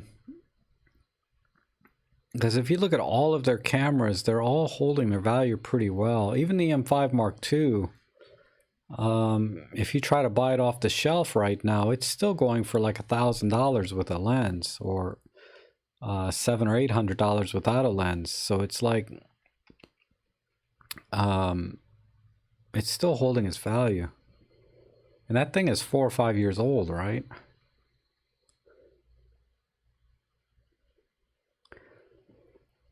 It is Olympus's current policy to go for the M43 concept of small and lightweight. The M1 and the Pro lenses broke the M43 concept. That's why they have the new semi-pro lens. Definitely. What about the Panasonic 7 to 14 f4? I don't recommend that lens. You know, on our Olympus cameras, there's just too much purple flaring. I had to work around it for years until I got my 8mm lens. So a better choice, honestly, would be the Olympus 9-18. It's not quite as fast on the long end, but you're only losing a stop. I think it's an f4 to f5.6. But it's definitely, I think, a superior lens to the Panasonic 7-14 f4, the original version. If they've come out with another one since then, I don't know. I think their 8-18 lens might be a better choice, but that's huge, right? It's a relatively big, heavy lens. So I think the Olympus 9-18 is a better choice. And that's for Felita? Yes.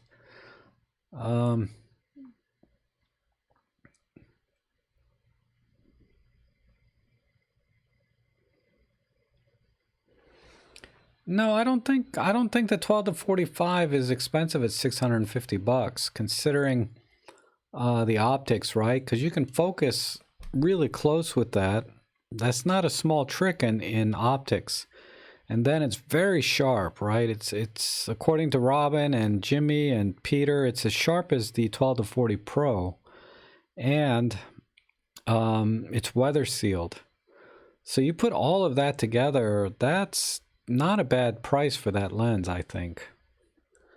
I mean, that being said, I think the 12-35 f2.8 from Panasonic is a compelling choice, because I think you can get those maybe around $650 to $800. I don't know how much that lens costs. I think it's a little bit more than $650, but that'll give you an additional stop of light. What you lose with that 12-35, from what I've seen, is a little bit of corner sharpness and the close focusing distance. I don't think it'll focus much closer than this. Whereas that 12-45, you can get, you can put the lens almost right on the subject. Whereas the 12-35, you have to be a little bit far out. So you're not going to get as good a close-up photography. So I don't think it's an expensive lens. I think it's a good value. Now, say you're talking me into buying that lens when I have a 12-40 2.8. But anyway, I'm gonna love the upcoming 8-25. I am very excited about that lens. An 8-25 f4. That would probably be a lens I will buy without too much hesitation, because it's a rectilinear wide angle. I love my 8mm fisheye, no question. But for my professional work, an 8-24 would really give me a one lens solution. Because what I do now is I take my 8mm and my 14-42 kit lens on my pro jobs. Those are my two main lenses. If I get an 8-18, I won't even need to bring the kit lens. I can just bring the 8-18. It'll save me a little bit of time in post-processing as well, for doing the fisheye correction and things like that. And then the fisheye lens can be my dedicated Starry AF E-M1 Mark III lens for my astrophotography videos that I'm going to be doing, and my own personal photography. So yeah, I'm going to love that. Elaine, you think you have a 12-45. Seems like you would know if you have it or not.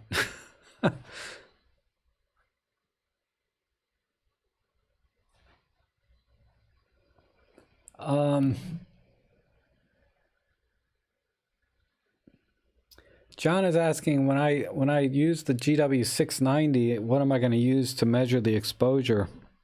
Well, what I'm going to do is I'm going to go to, I'm going to use probably one of my OMD cameras. I don't know which. Probably my EM5 Mark III. I'm going to bring together with my GW690, because I'm going to be doing a vlog with this camera. And for those of you that just joining, this is my GW690. It's a 6x9 120 film camera, right? It uses 120 film. And what I need to do, though, is calibrate the ISO setting to film ISO setting, right? So I have a 160 ISO, I have a 50 ISO, and I have a couple shots left at 400 ISO.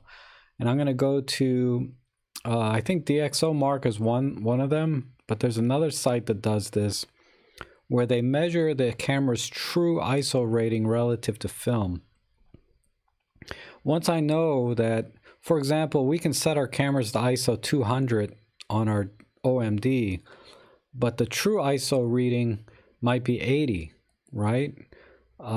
So once I know that calibration point, I think I won't have that issue of being 1 or 2 stops difference depending on the ISO that I use. So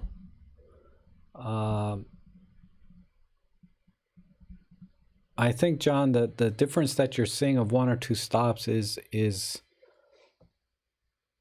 correct. I think that will be the case when I actually start calibrating. And then once it's calibrated, you know, I got to develop the film. I'll just have it developed. I think it's all C45, you know, compatible, or whatever that metric is that they use at these labs.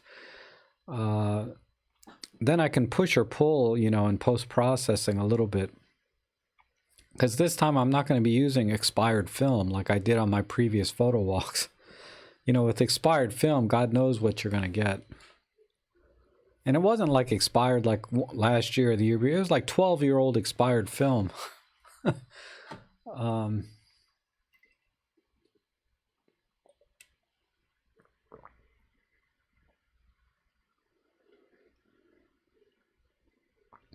Kevin, how are you?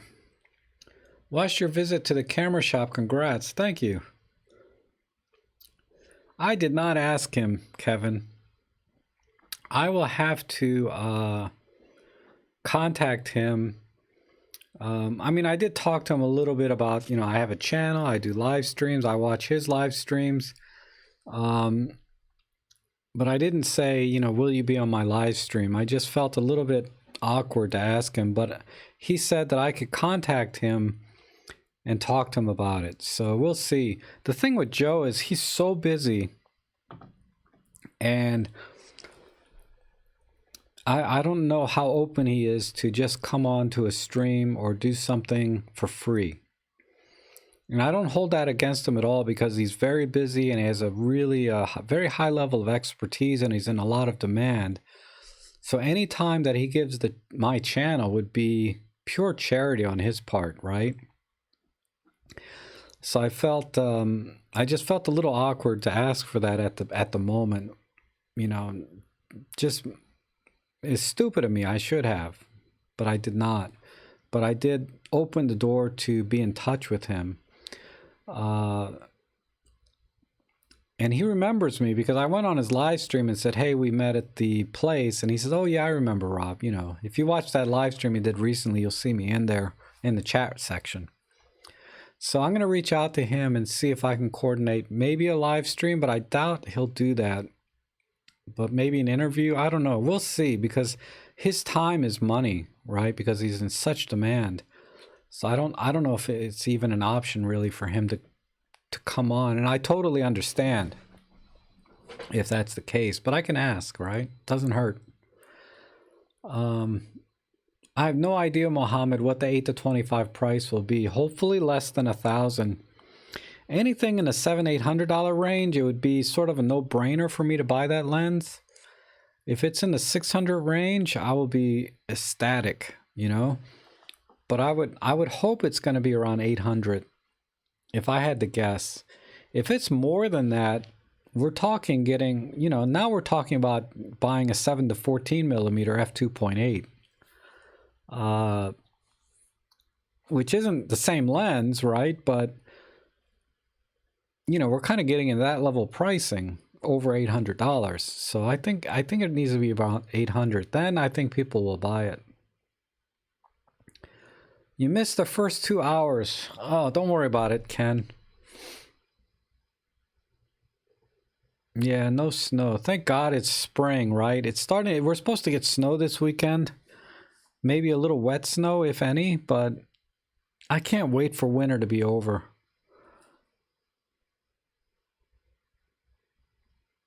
Your husband's always hoarding your stuff, huh? Okay, good night, Plato.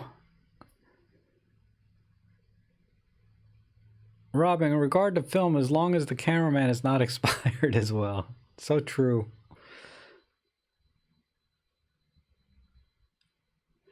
Yes, I am going to try and get in touch with Joe Ellis Kostov.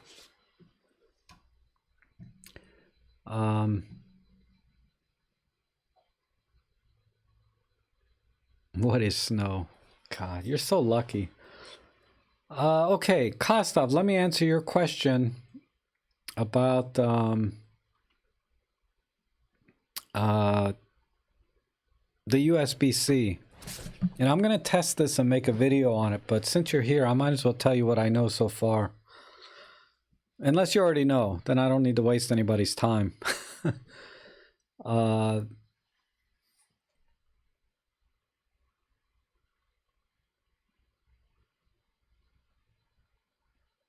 I don't know, are you still here, Kostov, by any chance?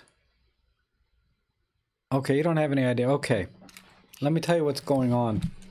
So we now have this USB-C port, right, on the E-M1 Mark III. And, you know, the literature says you can charge the camera battery through this port, and you can power the camera battery, or you can power the camera through this port.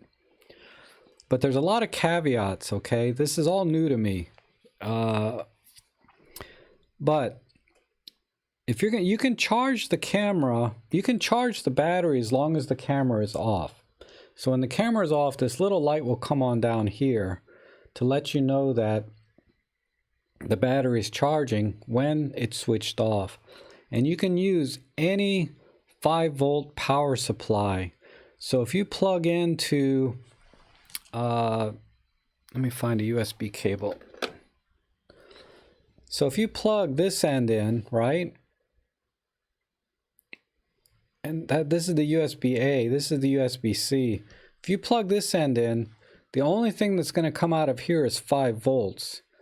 And this will charge the battery. 5 volts will charge the battery when the camera is off. Now if you have, where is it? Well, I'll just have to say it. If both ends are USB-C, so you're charging USB-C to USB-C, it may charge 2 different ways, and it's going to depend on the cable. Because they have cables that are PD compatible, power delivery compatible at different voltages, and they have cables that are not. So if you plug in a USB-C to USB-C, it may or may not charge at 5 volts. Or it's always going to charge at 5 volts. But it may not have the maximum amperage to charge the battery any faster than doing it this way with these ends. Now, if you have both ends USB-C and it's power delivery capable charging cable, meaning it can support up to 5 amps and 20 volts, like it has this capacity, right? So it's going to have thicker wires and everything inside. And it also has a chip inside the head. So some of these USB-C heads are a little bit bigger than others. Because I guess it has some kind of chip inside to tell whatever it is it's connecting to that it is power delivery capable. So that being said, you have that. And then you need to have a power bank that is PD compatible or power delivery capable. So let me get that thing.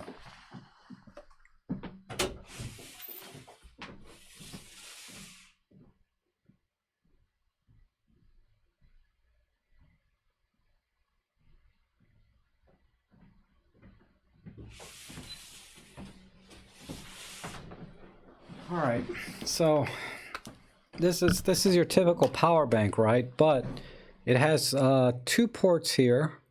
These are 2 charging ports. They'll do 5 volts, 2 amps. And then there's a center port here for USB-C.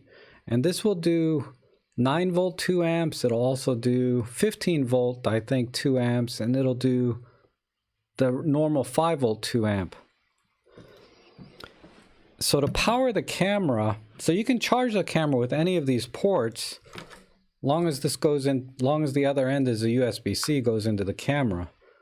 But if you want to actually power the camera with a power bank like this, the power bank has to be PD compatible, power delivery compatible, meaning the USB-C port has to have a 9-volt, 2-amp availability.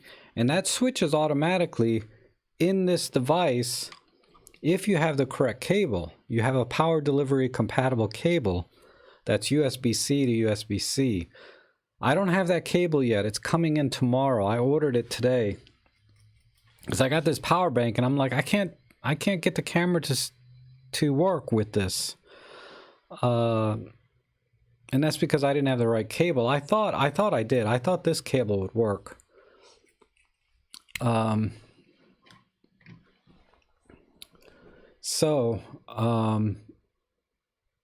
You have to have the right cable, power delivery cable, to have it deliver 9 volts to the camera. So the camera, you can power the camera with 9-volt 2 amps from one of these power banks.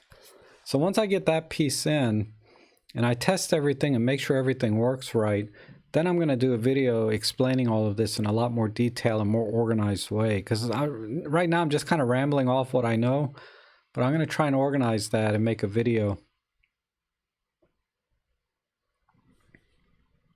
So Europe has just put out a video showing the EM1C, but I'll have to watch that because I doubt they went into all the detail because there's so many little things that I'm learning. You can't just use any USB-C cable. You have to use the right ones. You can't use any power bank. They have to be power delivery compatible. And the manual says that, right? And then when I read that in the manual, I'm like, what the heck is PD, power delivery compatible?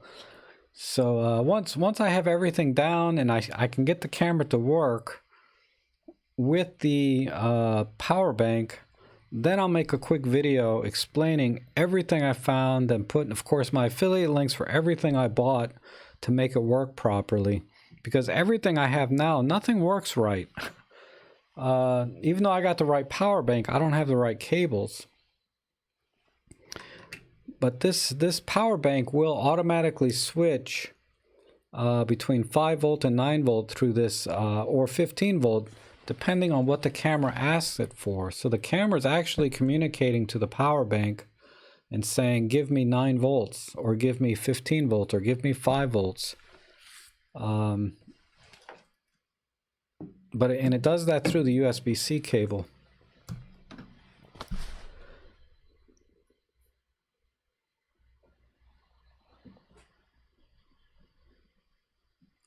Let's see. So that's all I got to say about that. As Forrest Gump would say. It's about all I got to say about that. Rick says USB-C has no power regulator in the specs. This is why some USB connected memory sticks have caught fire and destroyed smartphones. Connector ports. Yes.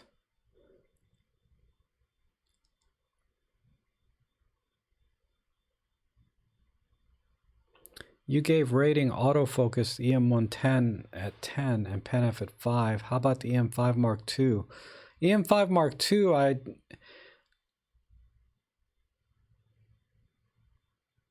EM5 Mark II, I would say is probably a 7. 7 or 8 at best. I'd give it a 7 on that scale. If the EM1 Mark III is a 10 and the PenF is a 5, the EM5 Mark II is probably a 7. Does the camera need to be turned off or can you use it while charging? No. It will charge or it'll power the camera, but it won't do both at the same time. So you're either charging the battery or you're using the camera and powering it from the power bank. So you can't use the camera and charge at the same time. It's either or.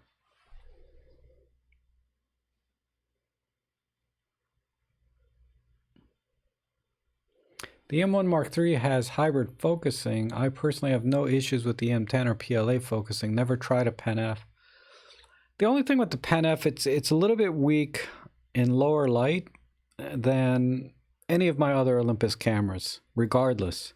It's the weakest in low light. It's also the very weakest in continuous autofocus. It has a real hard time keeping up with anything.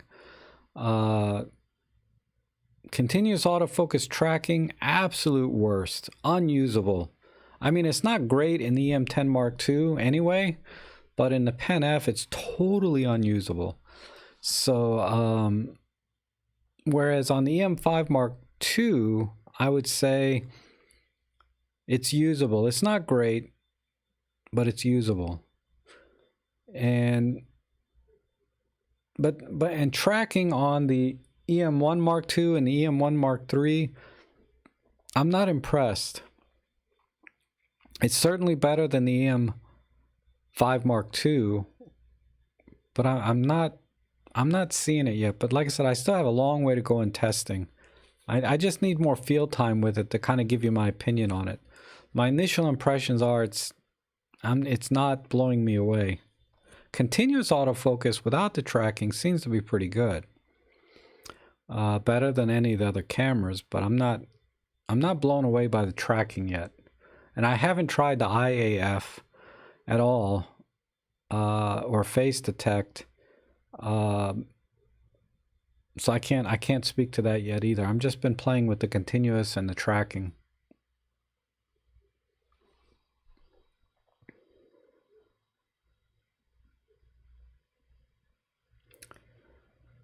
The standard requires the auxiliary manufacturer to regulate the power. A manufacturer's device can draw totally unregulated power. Yes.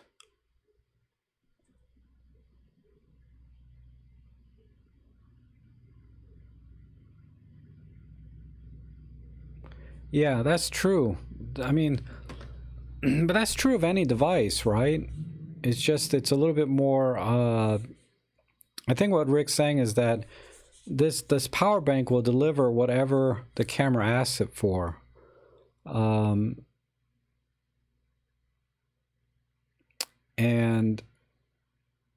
so it doesn't get regulated from the source. It gets regulated at the point of destination. And to be able to run the camera, though, you do need the right cable to run the camera. To charge the camera, you can use almost any cable that is rated for the power or the amperage. So you need to buy a charging cable, not a data cable, to charge the camera. So when I buy charging cables, I buy them in red, so I know that this is made for charging, or they have some kind of red key accent on them. And these are physically bigger, thicker, right? They have thicker wiring and everything. Because otherwise, yeah, the wires can get hot and melt, potentially cause a fire. You know, I ruined one of my USB-C devices somehow because the USB-C device did not regulate the power output of the power bank. And the power bank just continued to deliver power to the device, so the device got melted. So yeah, that is a problem.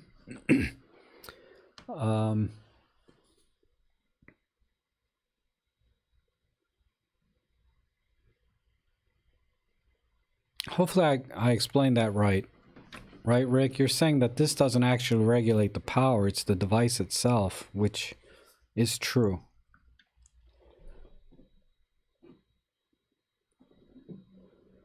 Hey, Rob, recently saw... Oh, wait a minute. Rob, do you know if most Anker RAV power banks overcharge things connected to them? I don't know about the brand specifically. I've used Anker before. I don't think I've used RAV power.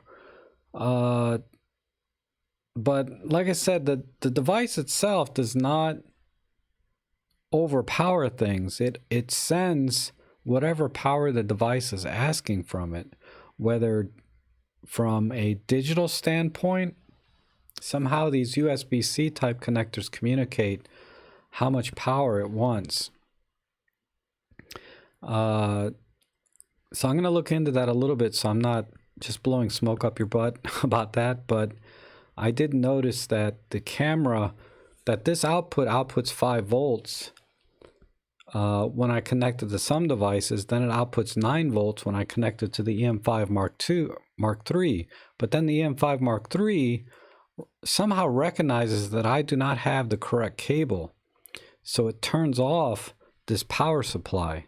The camera actually turns the power supply off. So there's some communication going on. But a power supply doesn't know how much power to send, so it's going to send as much power as the device asks for. And sometimes the device doesn't know how much it needs, so it just basically draws as much as it can, and it doesn't stop, and that's when things start to overheat. Especially if you're not using properly rated wiring and cables, because the thickness of the cables is different on all these different cables. Some are power capable, they have ratings, how many amps they can handle. So I'm trying to get all that together. I don't think the brand matters so much as making sure you have all the right pieces.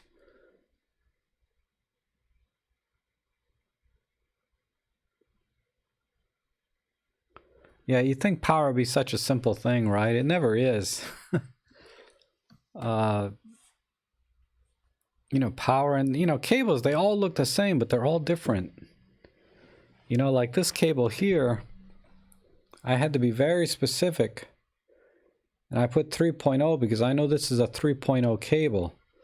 And you'll notice that 3.0 cables have a very long head because there's actually a little chip inside here that tells the device or whatever it's connecting to that it is a 3.0 connecting.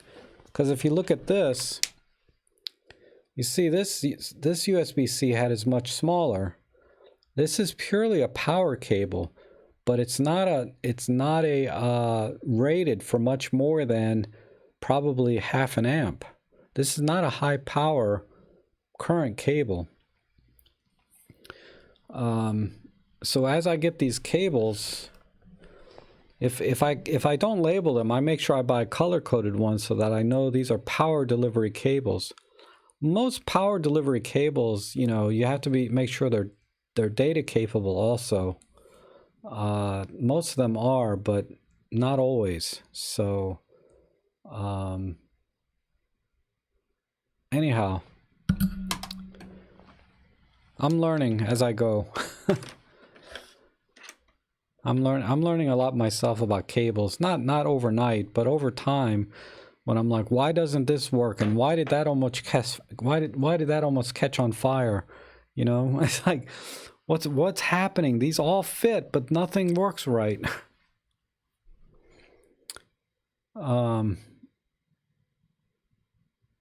If it's USB-C, it's what you connect to that's the problem. If I've even had the top brand auxiliary devices that glowed red hot and smoke came out. Yeah.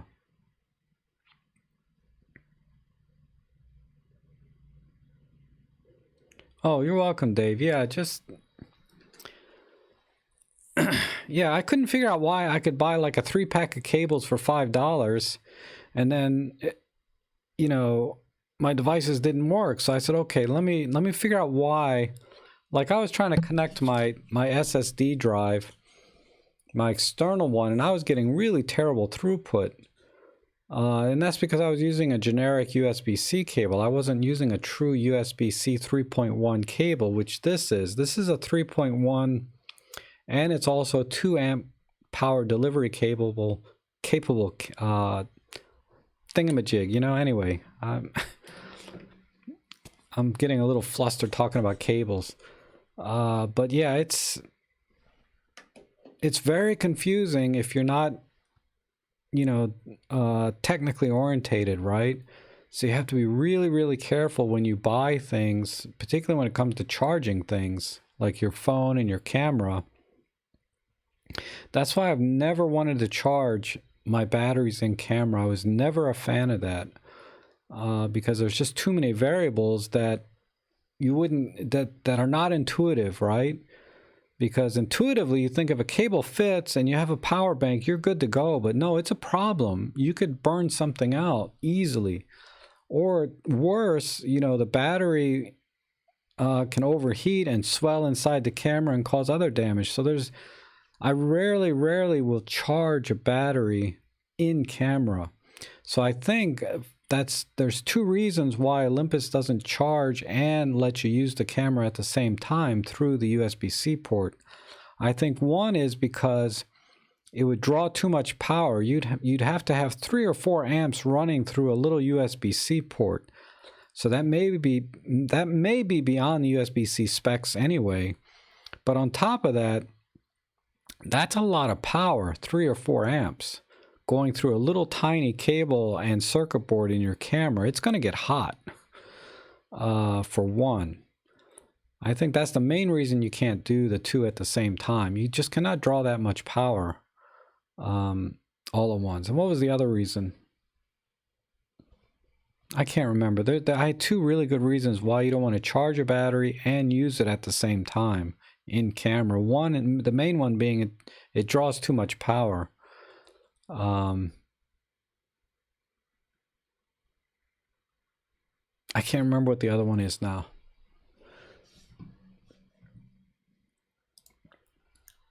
Okay, Kazat says, will Olympus add my menu to the M5 III? I don't know. I doubt it. I doubt they're going to add a my menu to it. I would like them to see at least give us a little more flexibility with the my sets, the custom settings, like being able to assign custom setting 2 to one of the something on the mode dial. Because that is by far the most irritating thing for me, is not being able to use custom settings or assign custom settings to anywhere else on the camera. You got one C on the mode dial and that's it. And that is seriously irritating. If it didn't have a C mode on the dial at all, I wouldn't have bought the camera. But at least it had one.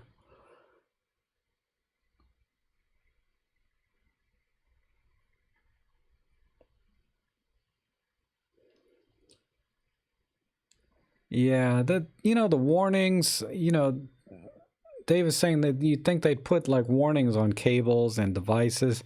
There's always somewhere in the fine print, right, about that. But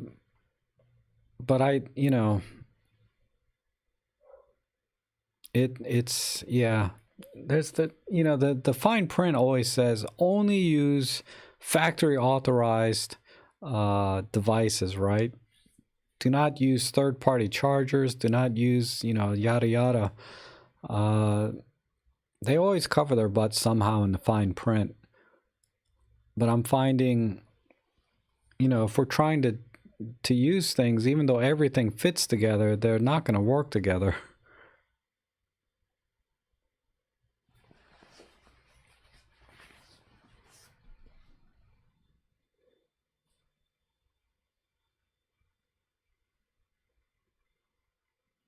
The My menu seems more at home on the 5. Yeah, they shouldn't have crippled the M5 in terms of menu settings and features as much as they did. I mean, they really didn't. They really only screwed with me on the My sets or the custom settings. The My menu, I'm not a big fan of the My menu so much yet. We'll have to see over time if I start actually using that. But the custom settings, they should put that on all their cameras. Rick says the USB-C evolved from earlier safe USBs. Third-party auxiliary manufacturers should have regression tested existing products before fitting USB connector. They didn't. They're assuming they're okay. Yeah.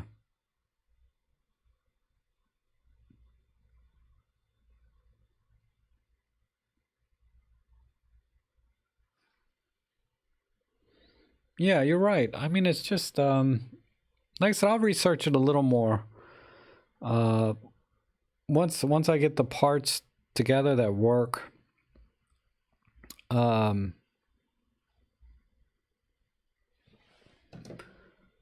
I'll do a little more research, but like this says this is 10,000 milliamps. I don't believe it. It's too small. But maybe it is. I can measure it, right? But I'll just take their word for it. I mean, excuse me, I'll be able to tell how many times it charges a battery.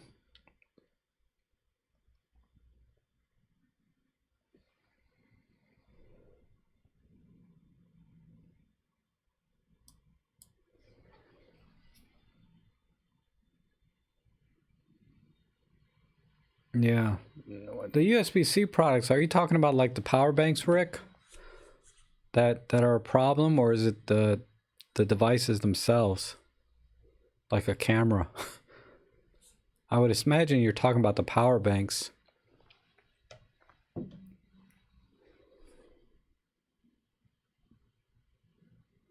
You know, Rick knows so many things.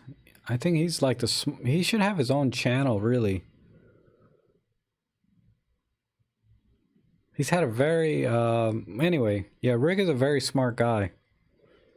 We correspond on email, and I'm always amazed at the things he tells me every week on many levels, so, and I appreciate that. And he's always so nice to me, like, I don't know. Much more than I think I deserve. He's very kind. He has very kind words. Oh my God. You know, there's one other thing, because I'm going to end this live stream soon. There's one other thing I wanted to show you. I keep getting out of my chair, right?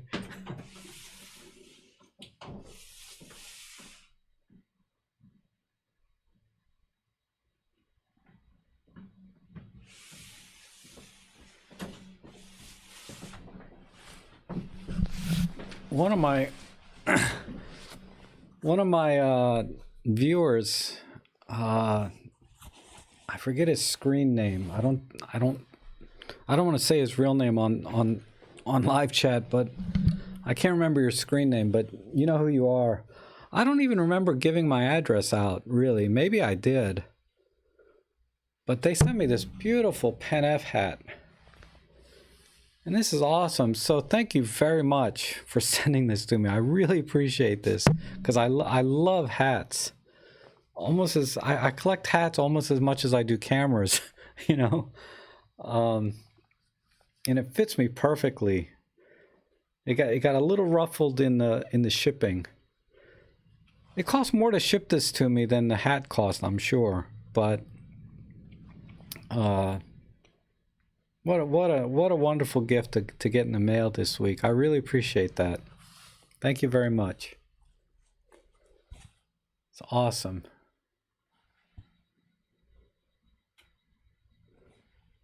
I wonder if they did this themselves, like, because it doesn't say Olympus or anything inside. So I wonder if this was I mean, it's just a Gothic F, but it looks like the same exact one. What is my hat budget?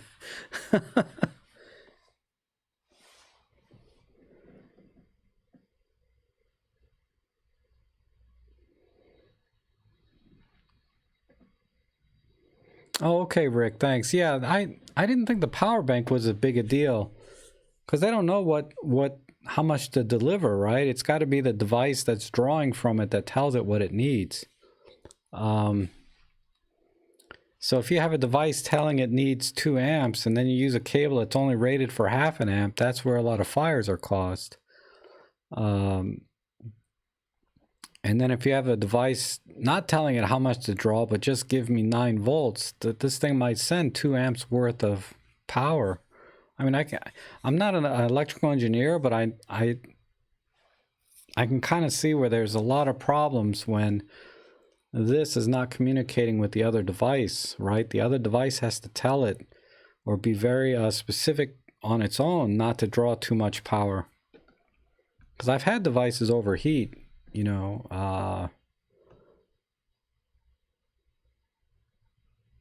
MOPGA, make Olympus, oh, make Olympus photography great again. Mopka. I don't think that would go over too well.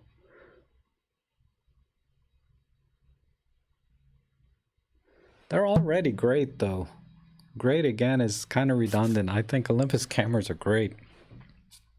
What we need is, I know where you're going. We need really somehow for people to really recognize how great these cameras are. It stresses me to no end when I laugh personally. I laugh when I see other channels kind of poo-poo on Micro Four Thirds and say, oh, those are garbage, those are Micro Four crap, whatever. But it's really unfair, when these same channels will take a Sony RX100, which has a little tiny 1-inch sensor, even smaller than our Micro Four Thirds, and review those and praise those and talk about how great they are. But then, tell you that Micro Four Thirds is crap because they keep trying to compare it against full frame. And it's like, come on, if you know what you're doing, it doesn't matter what size sensor you have. I mean, that's what she said, right? But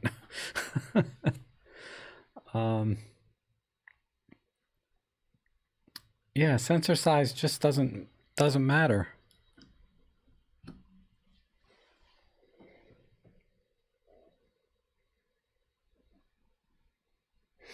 Yeah, that's right, Rick. A coat hanger between the two. I did that in high school, not with a car battery, but with a power outlet. Man, I almost got electrocuted.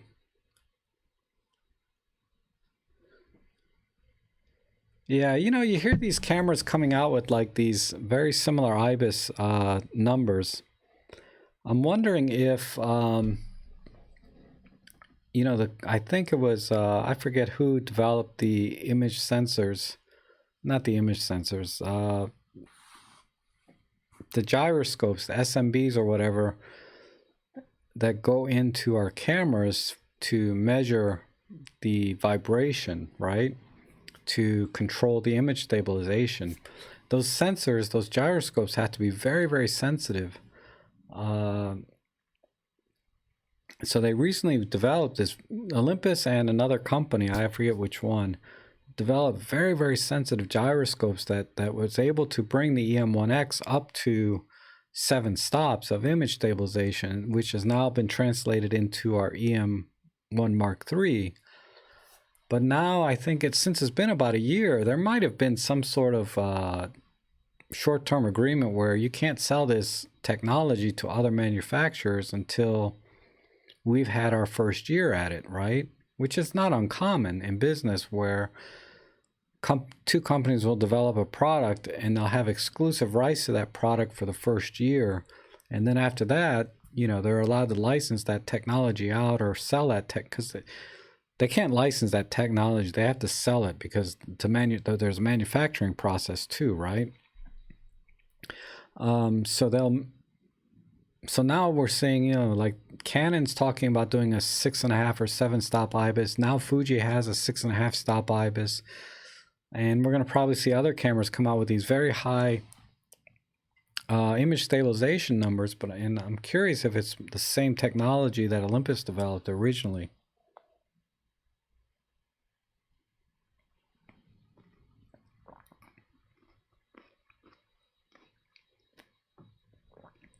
Yeah, 3 years after the M1, but I think the M1,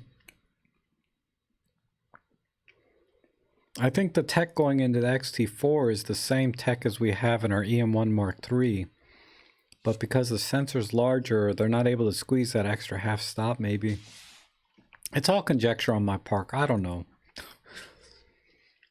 I'm just thinking about how business works, and I read a very short article on how they develop the image stabilization, not the image stabilization, but the gyroscopes that go into the image stabilization system.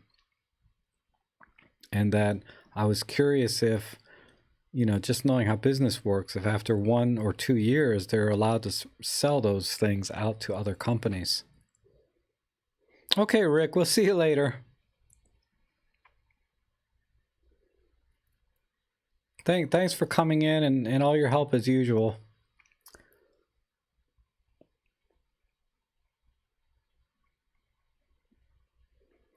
Yeah, I think a smaller sensor will always have the advantage too, Kostov, because there's pure physics, right? There's less mass to move.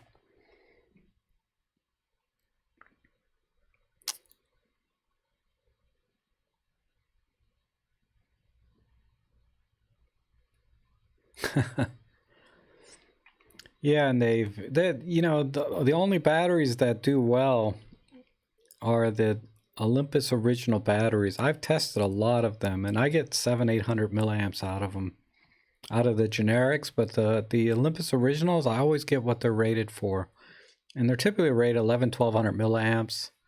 The E-M1 Mark IIIs, I haven't tested, but they're rated for 1700 milliamps. I know I'm going to get that out of it. Oh, yeah, I know what you mean. I know what you mean. They really tout, you know, when other companies come out with features sometimes, and Olympus has been doing it for a long time. And they might give Olympus some credit, but it's kind of in passing, like an afterthought.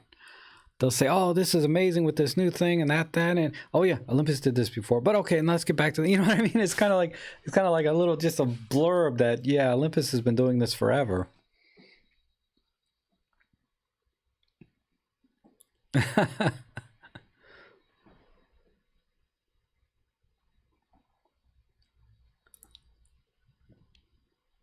Less mass and more space. Well, you know, the R5 and the Nikon Z's, they have enough space now, right? But they're not going to get over that mass part. So image stabilization is, it's doable. I mean, ultimately image stabilization is for video for the most part. And going 6-7 stops in photography, yeah, it's kind of cool to hand hold a shot for 5 or 6 seconds, which I've done on the M5 Mark III. I'm curious to see what I can do on the M1 Mark III. But in practice, how often do you really do that? You know, if I'm going to be standing there that long, I might as well have a tripod with me, or plan on having a tripod because, you know. So I feel like the 7 stops in photography is kind of a one-off. Every now and then you might need it. But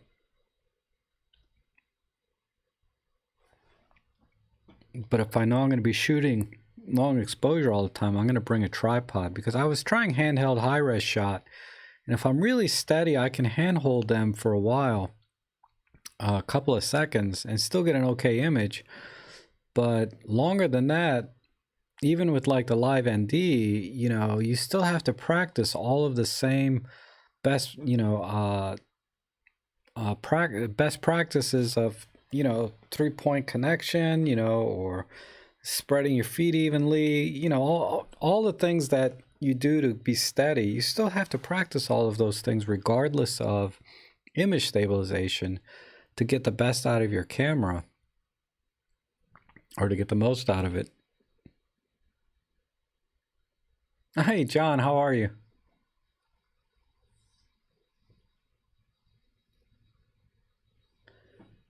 Yeah, John has been John has an electrical engineering background as well. Um,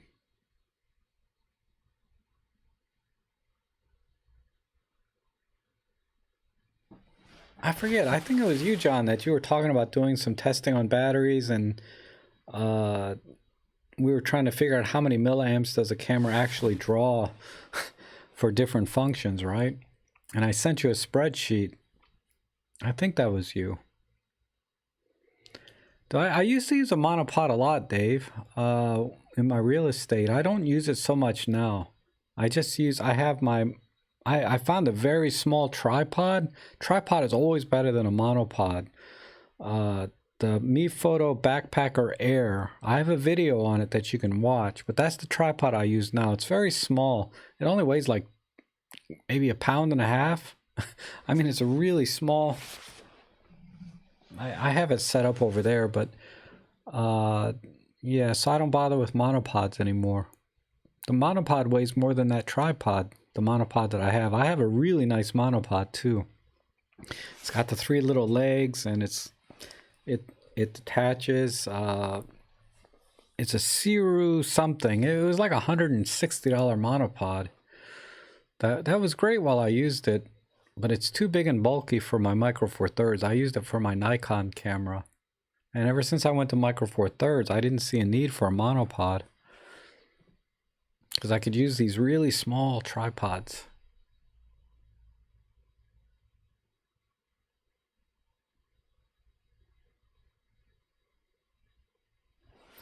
I convinced 2 of my friends to buy an EM10 Mark II. They tried Sony but returned it and bought. Awesome.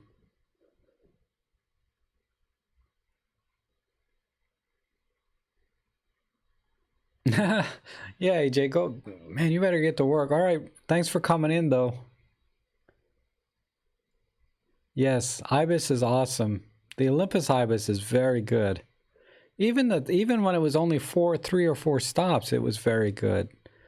7 stops is like kind of like just once in a while you might need that much. You know, you got bragging rights. You can handhold a shot for a minute, but how often do you really do that? Okay, Torgeir, thanks for coming in.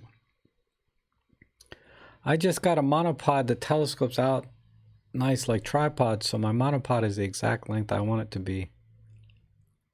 Yes. I mean, granted, you know, the monopods, if I had a small light monopod, I might be more acting to use it, but I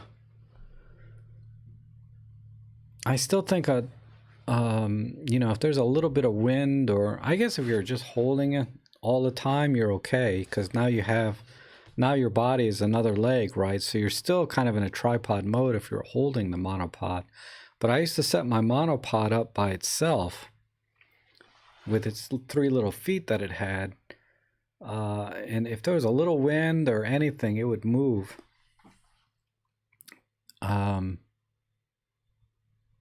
So like I said, I used it a lot of with my Nikon, but not so much now.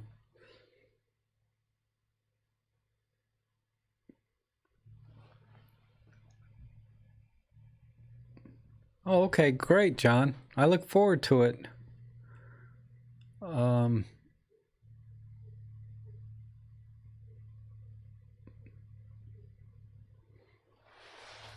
Man, there's so many smart people out there. You guys are so smart, most of you. Well, I guess all of you. I shouldn't say most of you. All of you are very smart. You know, it's amazing. I can tell you anything at all. You know, just because I know where one button is, you know, I can tell you one little thing, right? Sometimes. But like, you know, I start talking about USB-C cables. Yeah, a lot of people didn't know the couple things I talked about. And then there's like 2 or 3 of you that know at a very high level what these are all about, right? Much higher than me. And, you know, I appreciate that you can drop in and help everybody. But I'm always amazed at the level of knowledge, you know, my viewers have. And not just knowledge, but experience as well. So I just use these little devices here and there to figure out what's going on. But most of my knowledge, just like when I use the Olympus cameras, most of what I know is from trial and error and pure conjecture and assumptions and blah, blah, blah. Fortunately, most of the things I talk about are very concrete, like menu A, setting 1, menu B, setting 2, right? But when I start getting into areas that I'm not that familiar with, I have to start to rely on these little devices and gadgets and things that I read online, and then I actually try that and see if they work. So I'm in a trial error process at that point.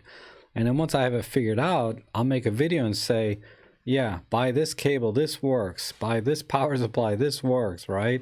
Just like I did with my Godox flashes. I said, you know, this Godox TT350, this works with this trigger.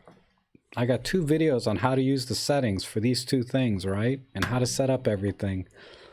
And this, I haven't talked about this flash, but this 8200, this is an older one. They have an 8200 Pro now. They have a better trigger out now too. They have this trigger. This is the X1T. They have an X2T now, which is really good. So, you know, within a year or two, all my videos are starting to become irrelevant again. Yes, we are smart. That's why we watch Rob. You're killing me. Jose says, "What's your opinion on using OEM software to get TIFF to use in Photoshop?" Nathan Cool says that OEM software is best to get accurate colors in real estate shooting. Lightroom at times gets wrong colors. Oh, I wouldn't, you know, for real estate photography, because that's what Nathan Cool does. I don't know if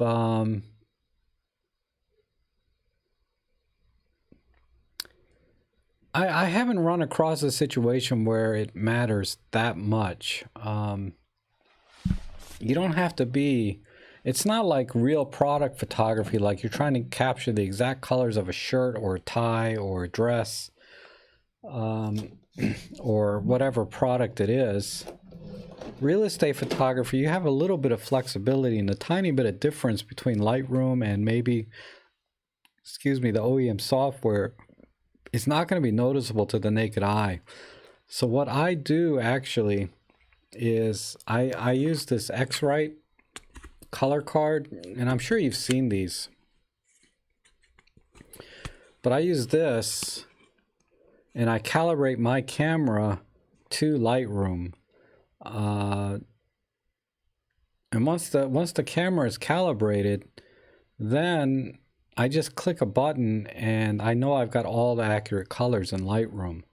So I'll have to watch his video on that, because I think I saw that video, the title for it, about when he uses OEM software versus Lightroom, and I was like, you know, I don't, I mean, I didn't do that, but, you know, since I do this, it doesn't matter, right? Or it shouldn't matter. Maybe I'm missing something. But if I calibrate my camera to Lightroom and then I calibrate my monitor, because I also calibrate my monitors for color. I just updated the monitors well, yesterday while watching Doctor Who. Did I mention that? Doctor Who rocks. This is what I've been doing. I should be making videos instead of watching videos, right? But I got hooked here. Where's dang it, where is it? Oh, here it is. But I should do a video on this, calibrating. It's not that big a deal though for most people, you know. But I got one of these things to calibrate. What's it called? A Color Monkey display by X-Rite. So I do. But my real estate photography, I've never found the color to be off by so much that I had to go back and use the OEM software ever. I'll have to watch his video and see what he's talking about, if maybe I'm missing something. Best alternate lens to Helios on full frame for Swirly bokeh with the imp. Oh, that's easy. This one here. It's a 35mm f1.6, and where's my other one?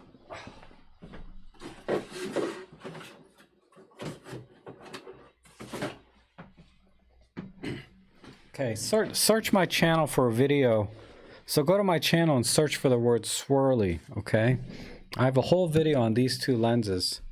The 25mm f1.4, okay? So it's this one. Hopefully you can see.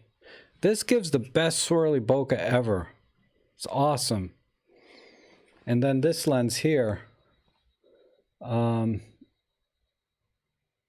this is a 35mm f1.6 CCTV lens. Oh, I just have a Lumix cap on it.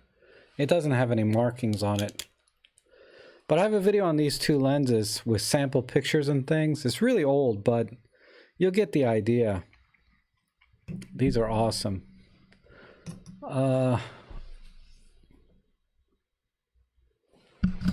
need to use my newly acquired OM Mark II tutorial for settings. Any tutorials available? If it's the the OM, no. If the OM Mark II. I thought the OMs were all film cameras. The Olympus OM2, OM1, yeah. I don't have any film camera tutorials. If that's what you're asking about, Hans.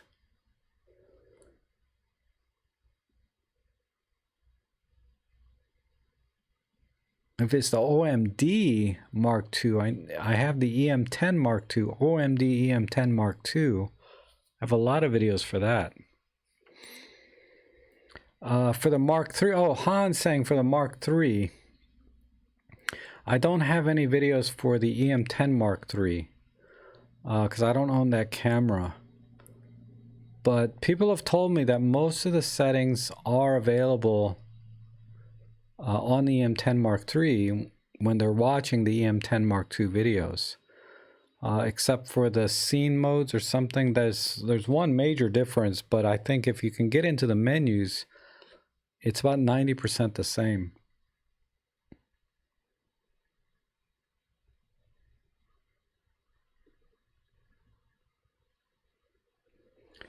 So who is asking about the Swirly bokeh?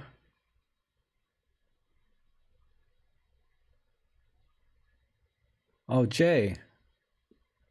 Okay, Jay, yeah, those are the two lenses. Like I said, search my channel for Swirly bokeh, and you'll see that. I'm sure other people have done videos on these lenses because they're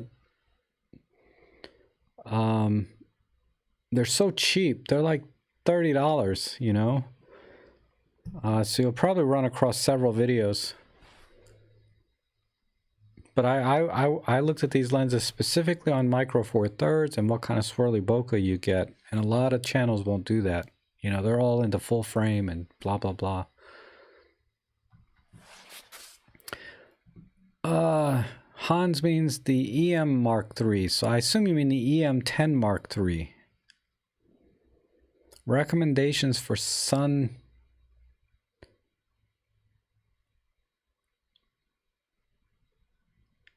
Recommend for sundown shots. So sunset, I assume.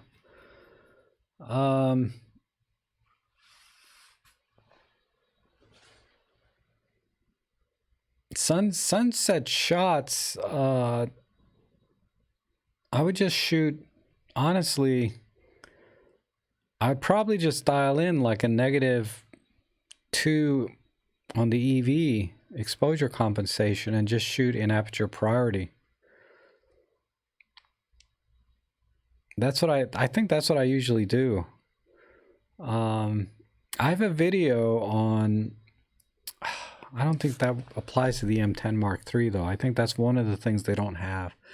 Let me think.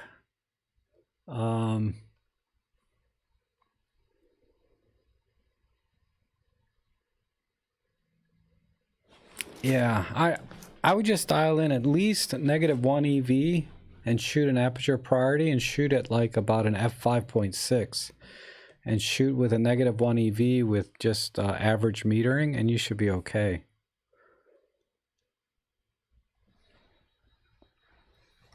The Mikey 35 f1.7, cool. It's like a $60 or $70 lens, right, Hans? It's a pretty good lens. I mean, I didn't buy it because I have so many lenses. That's not one I want, but it'll probably be a lens I might get for my Fuji though, because it's very small, light, and fast, right? And it's a good focal length, 35 millimeters on a Fuji. That's like a 28 millimeter equivalent, give or take, right?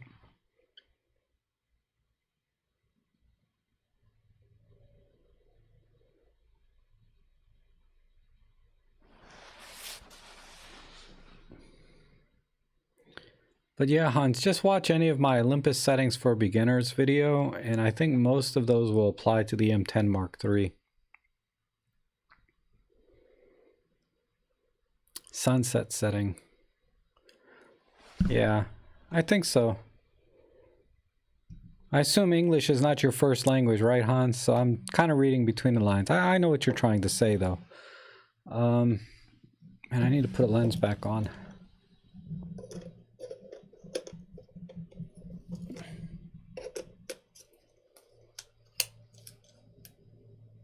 No battery. Hold on. Let me see if I can be a little more specific.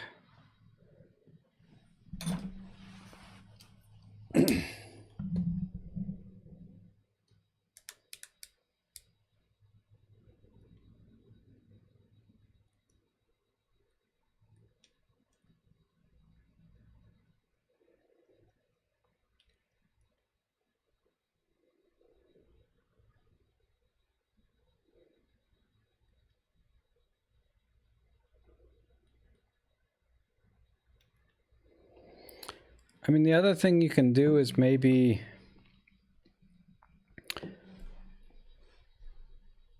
you could possibly, for sunset, maybe change your setting to your color setting to vivid. But that's really all there is to it, to a sunset shot. Oh, Jimmy's doing some Laowa lens reviews. That's cool. A lot of people like the 7.5 and the 9, so those are two good lenses. Oh my god, it's 7 o'clock. I need to go. Wow,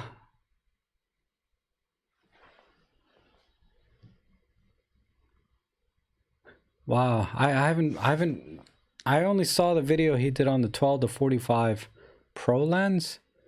I haven't seen his other recent ones. I need to get him into another live stream here soon. Maybe after we get a couple lens reviews from him, we can talk about those. But okay, everybody, I have to go. I'll be back on Sunday morning, and I'm going to do more with the E-M1 Mark III. Some more testing and things. The weather's supposed to be really nice this weekend, so hopefully I'll be able to get out. I would not spot meter, Kevin. I mean, because you have to kind of balance like the foreground and the sunset, right? So if you spot meter for the sunset, you might underexpose the foreground. So it depends what's more important. If the sunset is the only thing you really want to get into focus, or I mean expose correctly, then yeah, I guess you would just keep you could spot meter near where the sun is, but it might be too dark.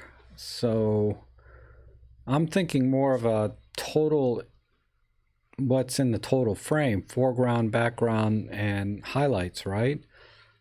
So I would just average meter and dial in -1 or 2 exposure comp. But if you want to expose only for the sunset, you could spot meter to a point near the sun, not on the sun, but somewhere near, like a third of the way off in the frame, and get the exposure that way and see how it looks. That way none of the highlights, or most of the highlights, shouldn't be blown, but your foreground is going to be almost probably a silhouette and completely blown out in that scenario. And that may not be desirable, but maybe it is. You know, there's a lot of beautiful silhouette sunset shots. Hans, your English is fine, but you just can't type. That's funny. But yeah, Kevin, I think that's a valid way to go for a sunset. It just depends, because sunset's a very high dynamic range, right? I mean, you got what, maybe 7 to 12 stops in a camera, and a sunset is going to push, 30 stops of light at you. So a lot of times people will bracket sunset shots. So you could do HDR, right? I mean, there's just so many ways. I should maybe do a tutorial on it, so people can see the actual different ways to do a sunset, because there's not just one way. It depends what you want. So if I can get out, God, Monday I got an appointment. I really want to go out to the mountains, but right now I have to go. I'm sorry, Hans. I have to go. Kevin. See you guys. Okay. Thanks for coming in, guys. We'll see you on Sunday.